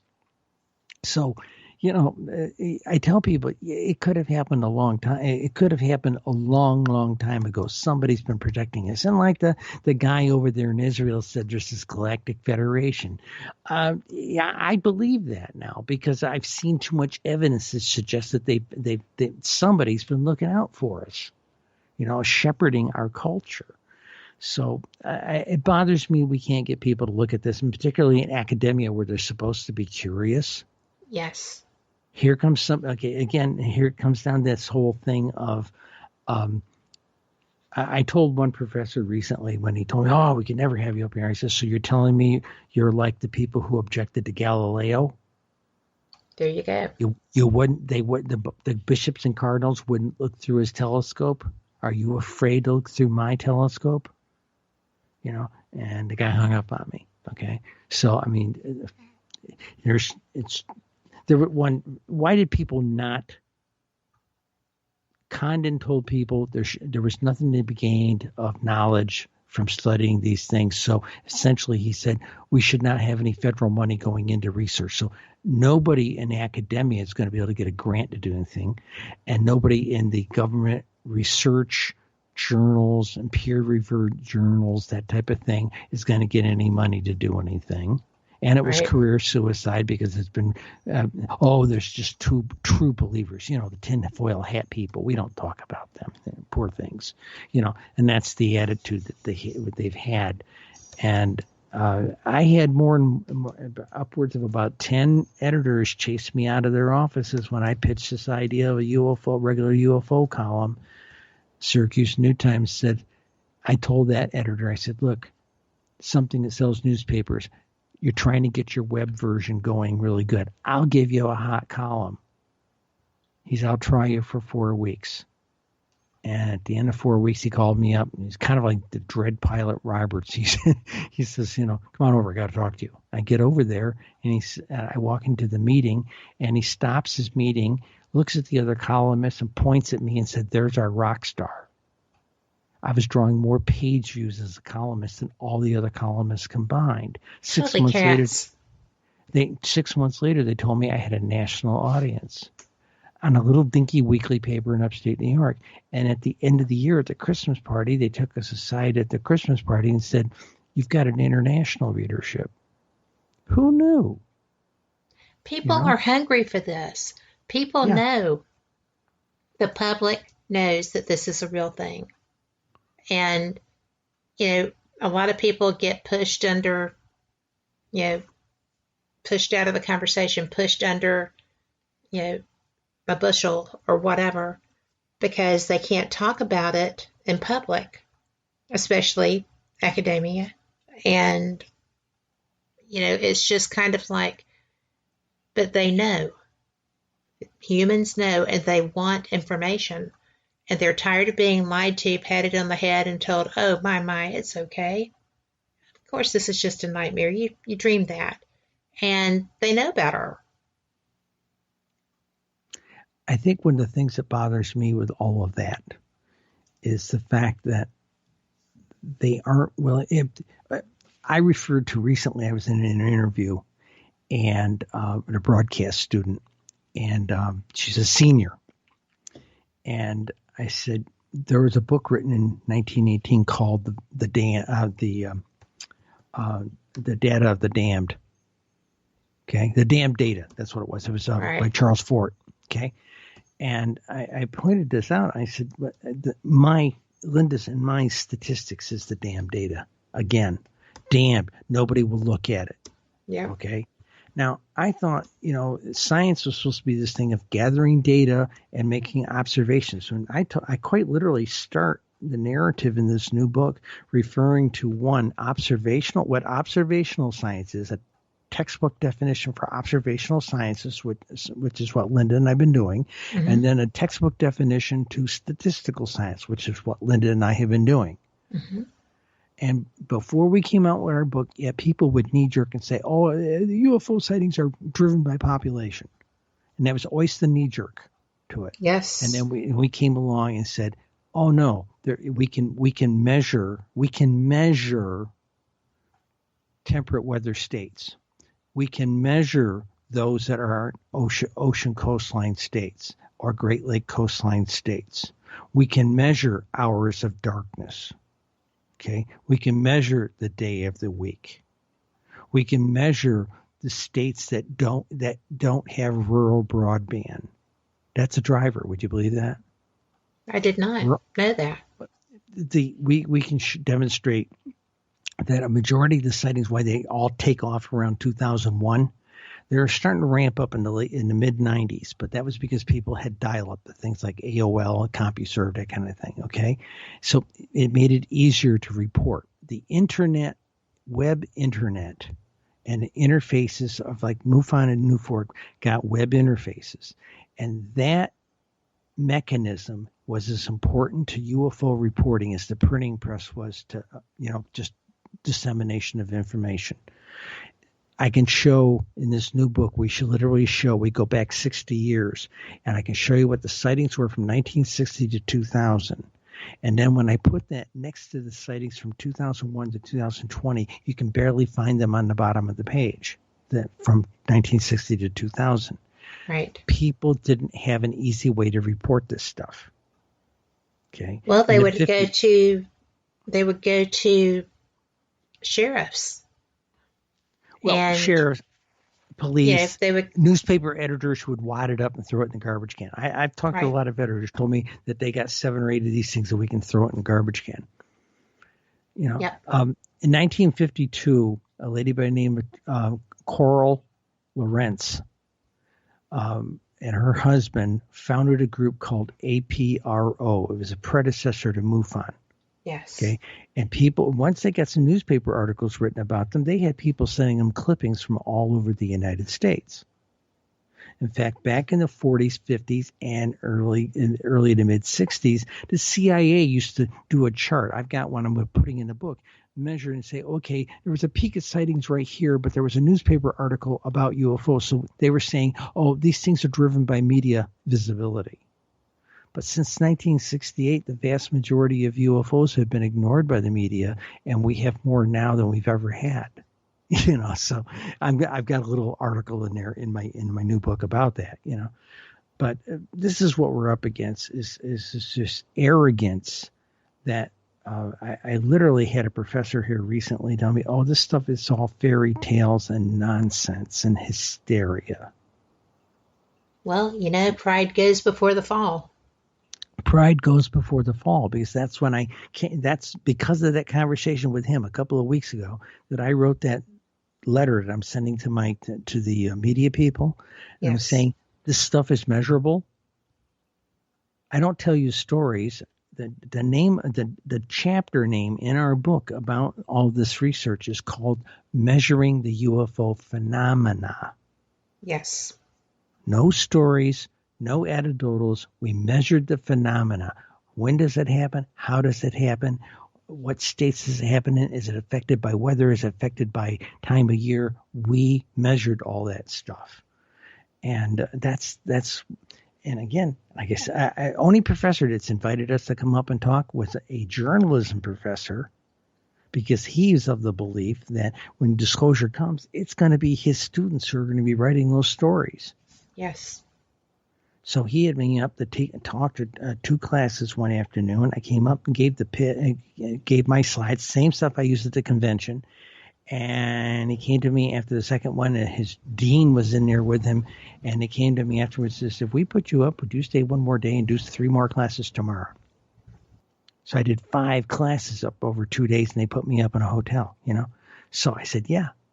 Now, the journalism people were interested. We couldn't get anybody else interested. And this professor stood up and told people, this is an academic level presentation. Please come. Oh, no, it's silly. Astounding.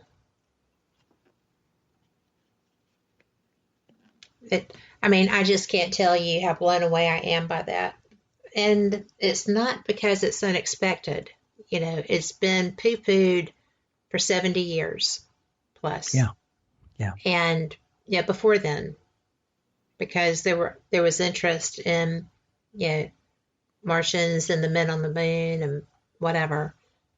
Back in 1924, they actually did a radio silence day across the United States. They asked all the radio stations to shut off their transmitters for 24 hours so that the Army Signal Corps could listen to see if there were signals coming from Mars. Interesting. I did not know that. How did I not know that? You can Google that. Yeah, there was a radio silence day back in I think it was in 24. Okay, but another thing you got to keep in mind though, remember in 47 when we had Roswell, right? Most people didn't know about Roswell after the flap of it, the week of it. Generals all said, "Oh, it's just a weather balloon," and it pretty much fell off the page of the newspaper. Okay. And we didn't hear about Roswell again until the late 70s when Stanton Friedman went and seriously researched it and had Jesse Marcel, who was dying of lung cancer, say, I'm dying. I can speak up now. Yes. Okay. But back in 47, only 10 years before, in 38, Orson Welles had everybody convinced on the radio that we had a Martian invasion, and people were taking their kids out in the backyard and were prepared to shoot them so the Martians wouldn't eat them.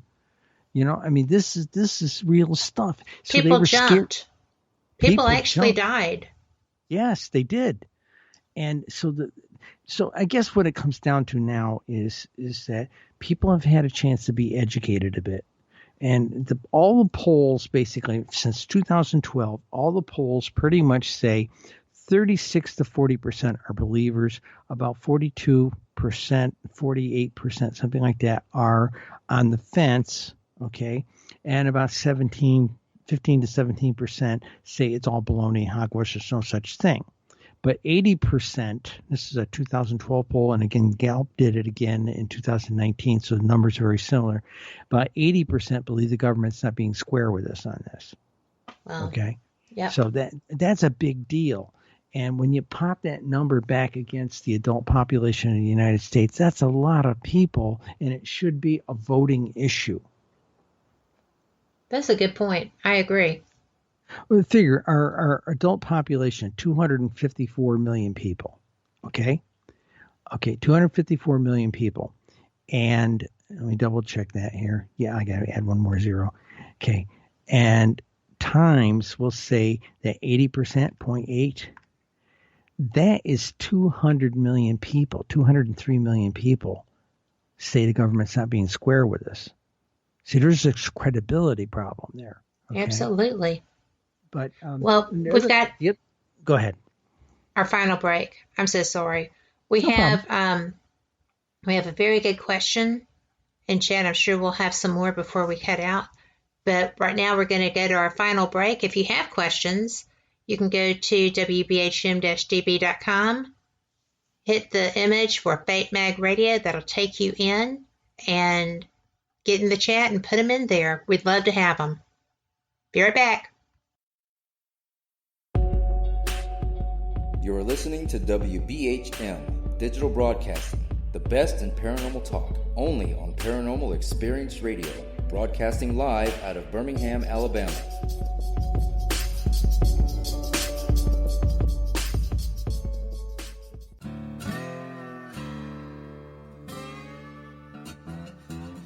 Oh, come on. I'm Southern, but... nope. That'll do. Hello.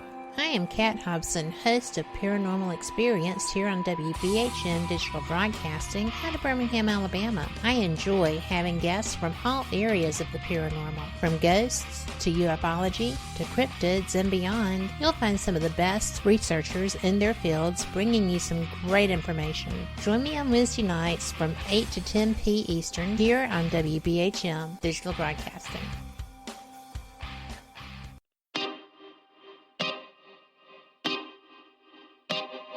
This is Jason Bland, host of Midwest Paranormal Presents Paranormal Soup, where we stream live as a webcast every Sunday night, 11 p.m. to 2 a.m. Eastern, with guests who will blow your mind. Live ghost box sessions where you can call into the show to see if the spirits will talk to you, and the World Wide Web of Weird with the latest in paranormal news and evidence. We're bringing the weird every Sunday night, 11 p.m. to 2 a.m. Eastern on our Facebook page and YouTube channel.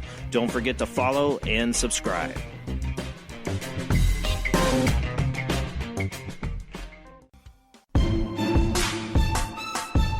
You are listening to WBHM Digital Broadcasting, the best in paranormal talk, only on Paranormal Experience Radio. Broadcasting live out of Birmingham, Alabama. Thank you for listening to WBHM Digital Broadcasting out of Birmingham, Alabama. The time is 45 minutes after the hour. Welcome back to the final segment here on Fate Mag Radio, and I am here with Cheryl Costa.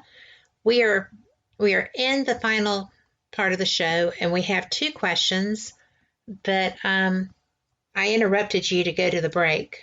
So No, why go don't ahead. you go? Let's go with the questions. All right. Well, the first one was what type of education or learning is helpful to study UFOs effectively, and where is a great place to witness a UFO? Okay. All right. Great place. If you're in Alabama, Jefferson County. My house. Okay, go to Jefferson County, hang out in somebody's backyard. It's got a nice hammock or nice lawn chairs, and hours of darkness. Okay, that's where most of it is. The number one county in the country is Los Angeles County, not the city, but Los Angeles County, and they have more sightings than 40 individual states. Interesting. And Maricopa County in Arizona, where they had the Phoenix Lights, they are the number two county of. Okay, there's 3,100 counties in the United States. Our data reflects 1,850 counties are reporting. Okay, there's 19,000 municipalities, cities, villages, towns. Little whistle stops. We have 14,200 in our database. Okay, so that's kind of the spec we have. But if you are going on vacation, you want to see a lot of UFOs, Florida is a great place. California is number one for sightings, 21,000 over the last 20 years. Florida, 11,000 over the last 20 years. Texas, 9,400 over the last 20 years. Washington State is 7,100. Now, my home state of New York State is 7,124, and then trick with that is Long Island is ground zero. You always hear about New York State and they say, "Oh, the Hudson Valley."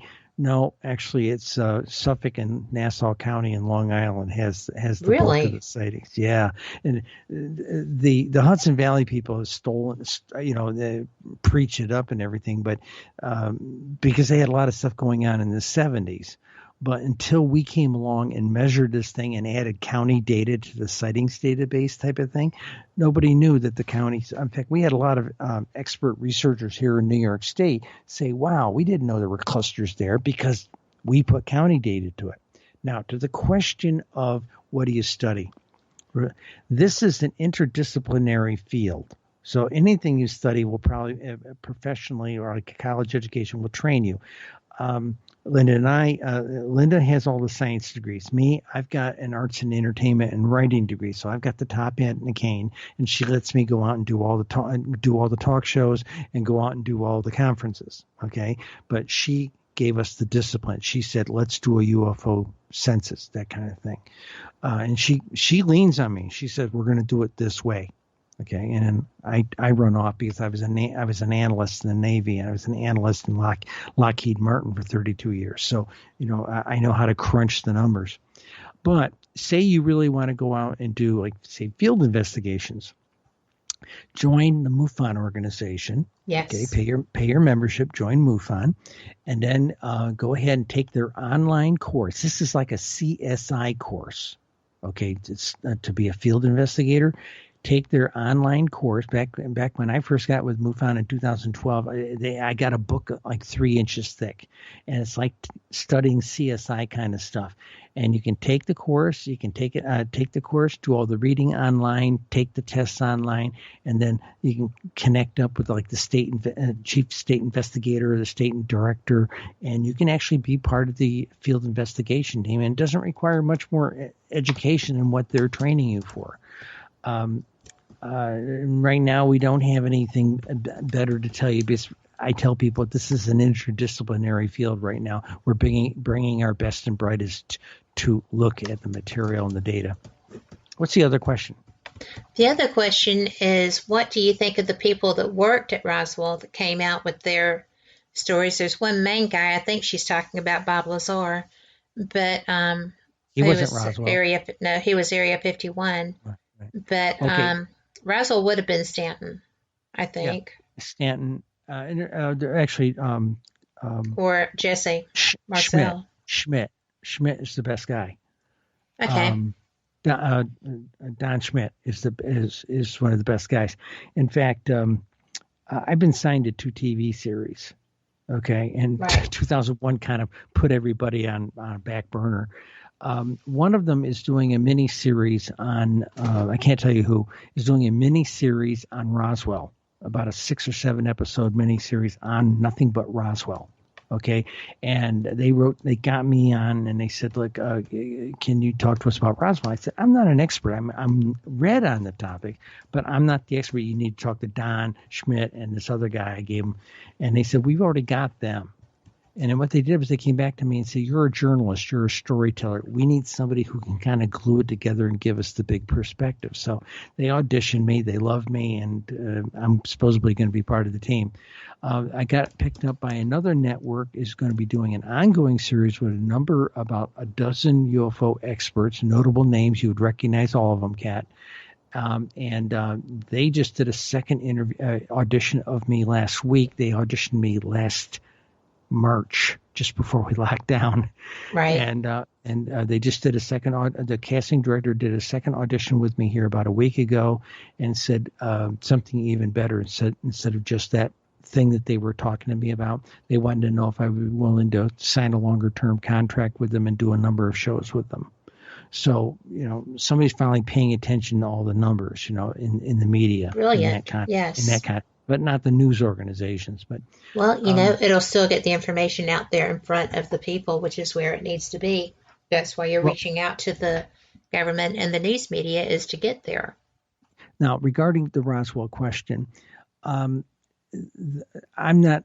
I really, not in the short time we have here, can we really get deep into the Roswell discussion. Like I said, I'm not an expert, but what I was able to give was a perspective of what was going on at the time. Little things like, why did the military want to shut this down? One, they were going to start shipping all the pieces up to Wright-Patterson Air Force Base to the Foreign Technology Division to get analyzed. They wanted to know what they were dealing with.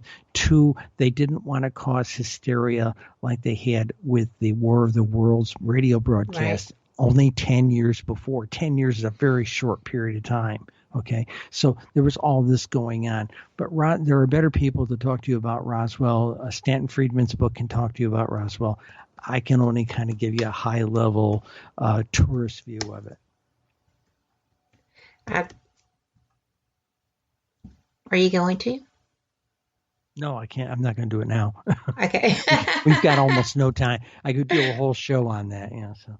Well, I guess you'll have to do the next one on that. Okay. Or part of it.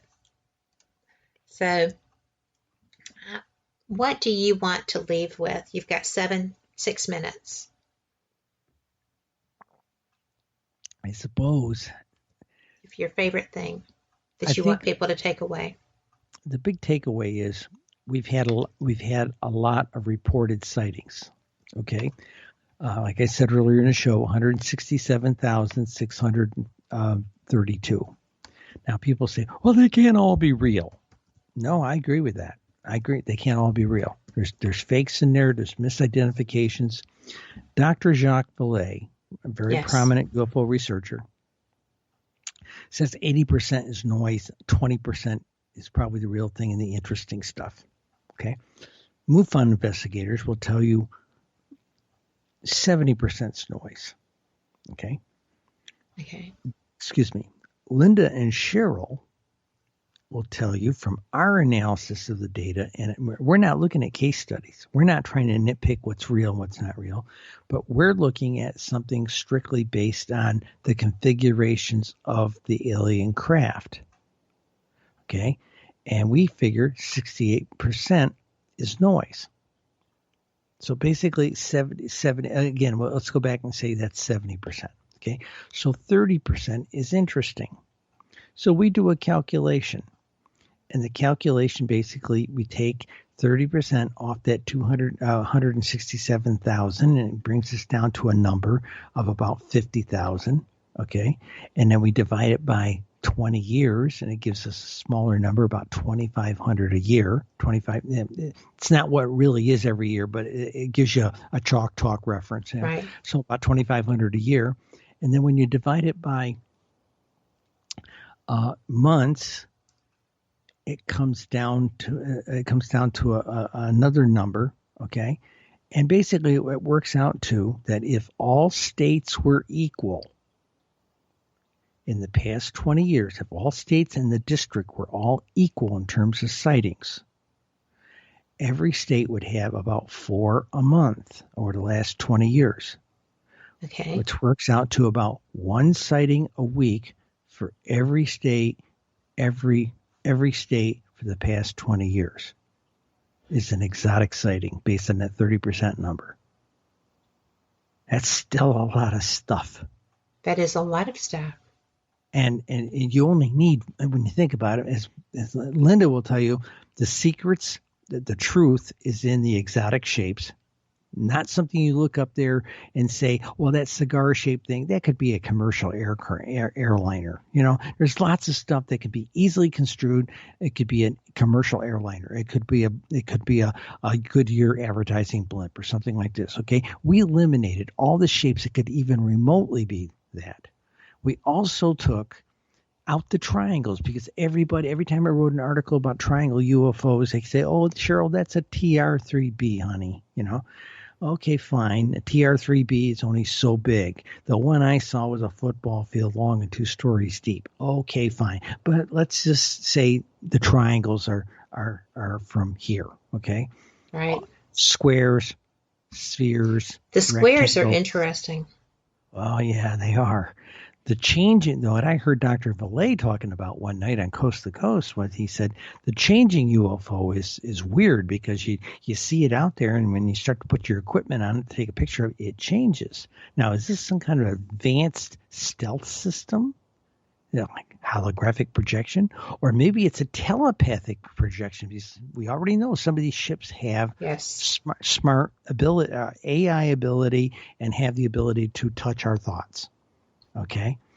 And they know when you're looking at them. And so I went out one night after I heard that. I says, changing UFO. I went for the plot. I couldn't find it.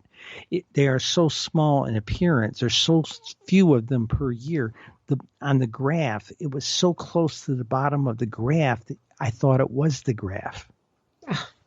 Okay. When I blew it up, it was only, remember, I'm dealing with hundreds of thousands of sightings here.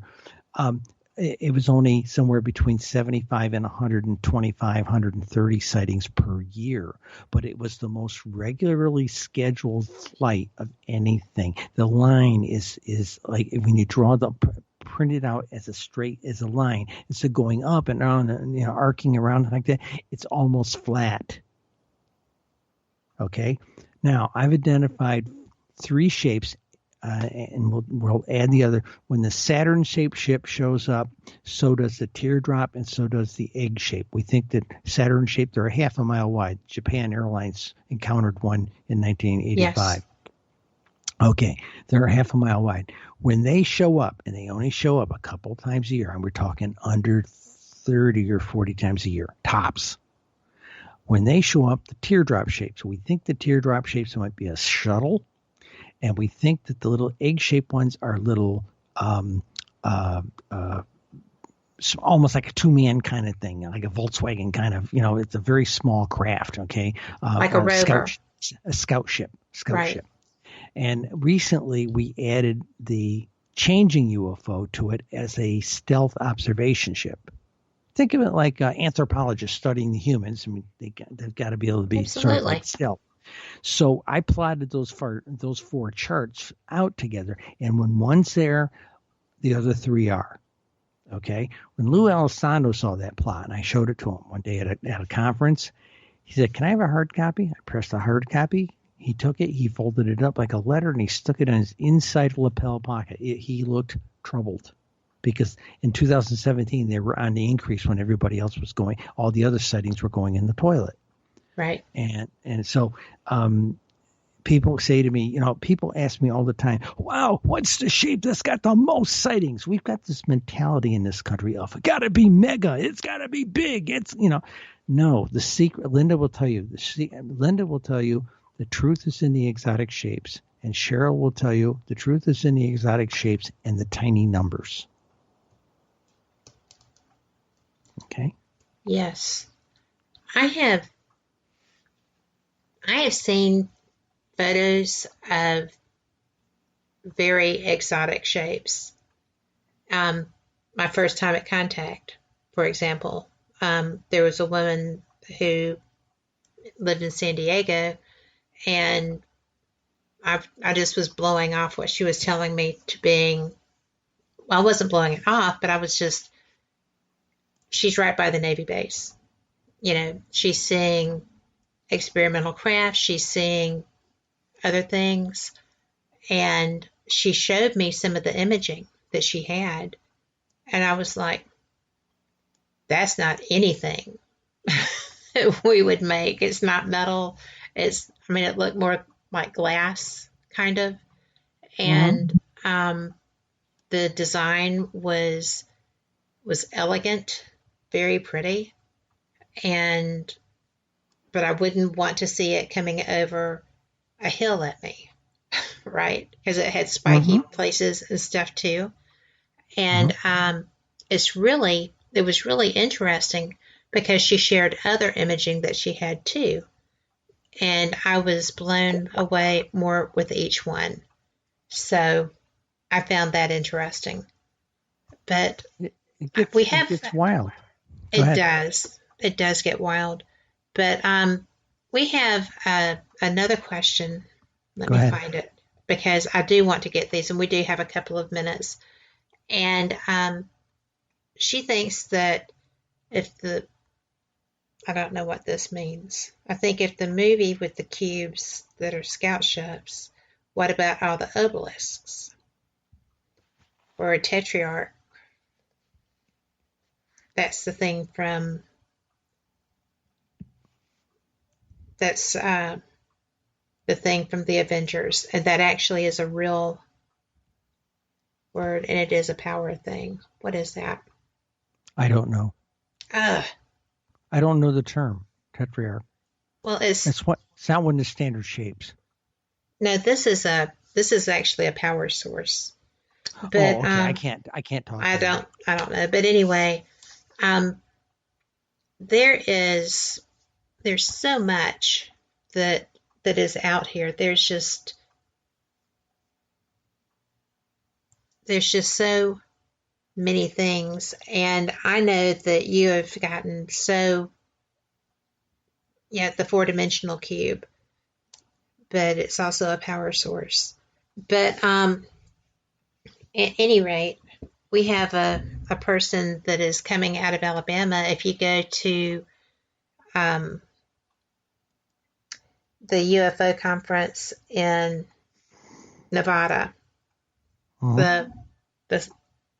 the one in northern Nevada, and you are on their roster. But there's going to be a gentleman there who is going by JT and Hudson. He is brilliant, but he has found a place in the southeast very similar to Skinwalker. That would be Luke. Skinwalker. Yes. And if you get a chance, talk to him, because that's somebody that you would enjoy, and I know that he would enjoy your information because you're very much on the same path. Something I've been doing, and I gave you one chart in the chat here. You'll see it. It's got a lot of. It's just a table there, but you see little red splotches in it. I have come up with a forensic technique of being able to look at like a year's worth of sightings in a state, or actually 20 years worth of sightings in a state, and pick out days where they had a flap. It's little states where nothing ever goes on. Right. I'll give you an example. Indiana, April 16th, 2008. Nationally, on April 16th, 2008, there were 60 UFO sightings. The baseline for the United States is about 20 per day. And that particular day, there was a spike of 60. I did a pull out and found out that all the states that were represented, there's only about 20 states were represented. It was all onesie-twosie kind of sites, except Indiana. Now, Indiana, luckily to have 2 sightings a week. Okay, maybe 3.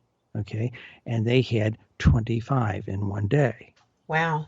Okay, now I found other states like that. In fact, I've identified like 150 places in the country where nothing ever goes on, And one day they had something really wild go down.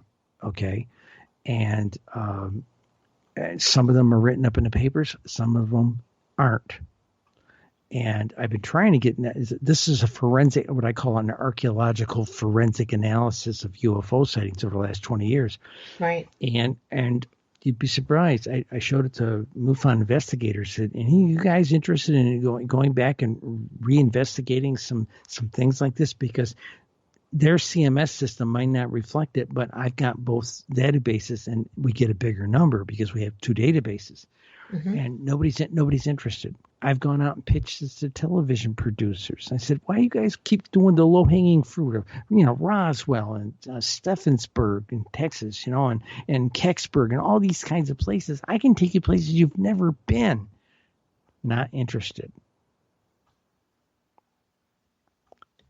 That's a very funny thing, because I found one the other day. This one little place. I'll go back to the Indiana a minute. 25 those 25 sightings that were in Indiana.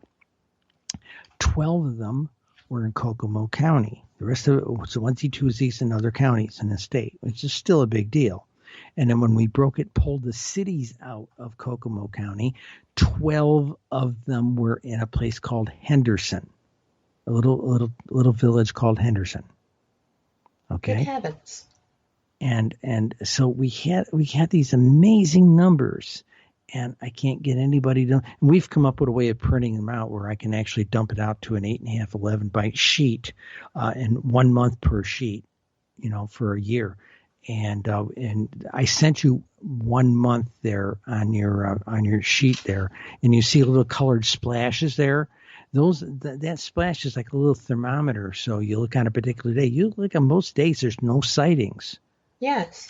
For those years. And then one particular day, right there in the middle of that particular month, you notice there's a splash there, like 6, 7, 10 sightings. That's a big deal in a place that has nothing going on most of the time. That's astounding. And I refer to this as UFO statistical forensics. Right. And I also tell people that this is, in fact, if we go back some date in the past 20 years and research a particular state and a particular thing and go to the library, not at your home terminal, you go to the library and do microfiche searches for that particular day, you might come, or that week, you might come up with articles about the sightings. That's UFO archaeology for anybody who wanted to do some studying. Okay, that's how you dig out data, and I don't have time to do all this. I've analyzed the high level data, but if someone says to me, one of your things, we're interested in a particular year or a particular state, I'll give them a PDF they can print out on their printer or take down to Staples in PDF form and print out that has these little thermometer marks on them, and they could go research a particular year or a particular day and see if there was any write-ups about it. And then if they do get write-ups, tell me what the townships are related to that, and I'll do a breakout for you. But I'm not going to give you everything. I'll give you something specific if you're interested. Absolutely. For free. You just can't be cagey with me. You have to give me an email address. I need to know who you are, and we need to be able to communicate. That's all. Absolutely. Straight up. Be straight up, and gets you a lot farther with this particular person. Just about every person, really. But yeah.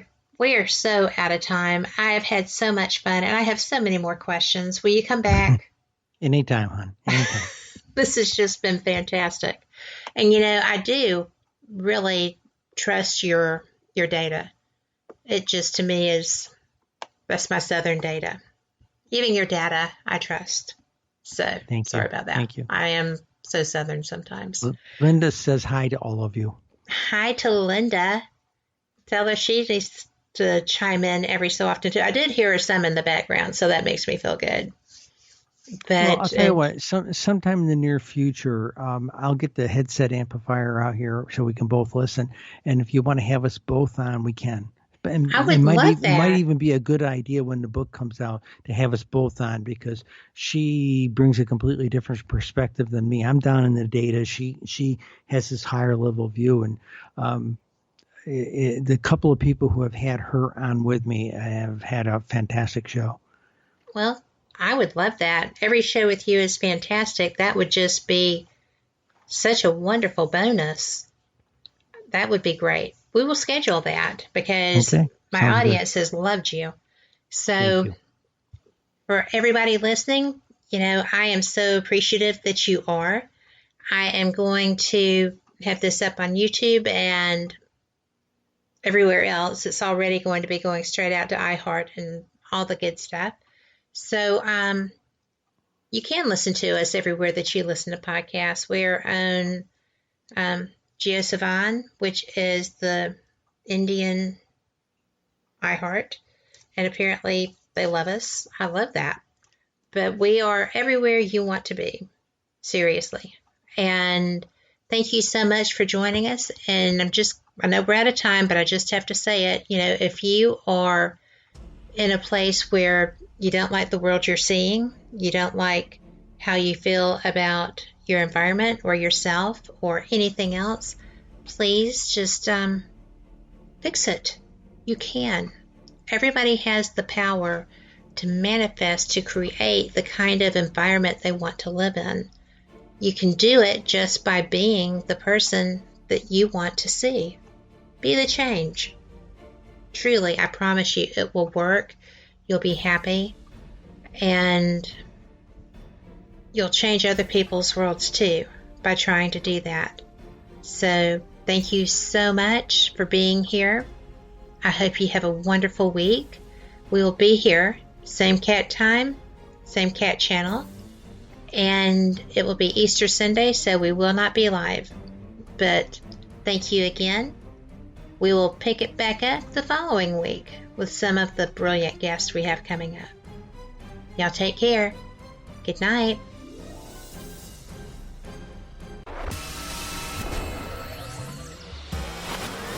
You are listening to WBHM Digital Broadcasting, Birmingham, Alabama.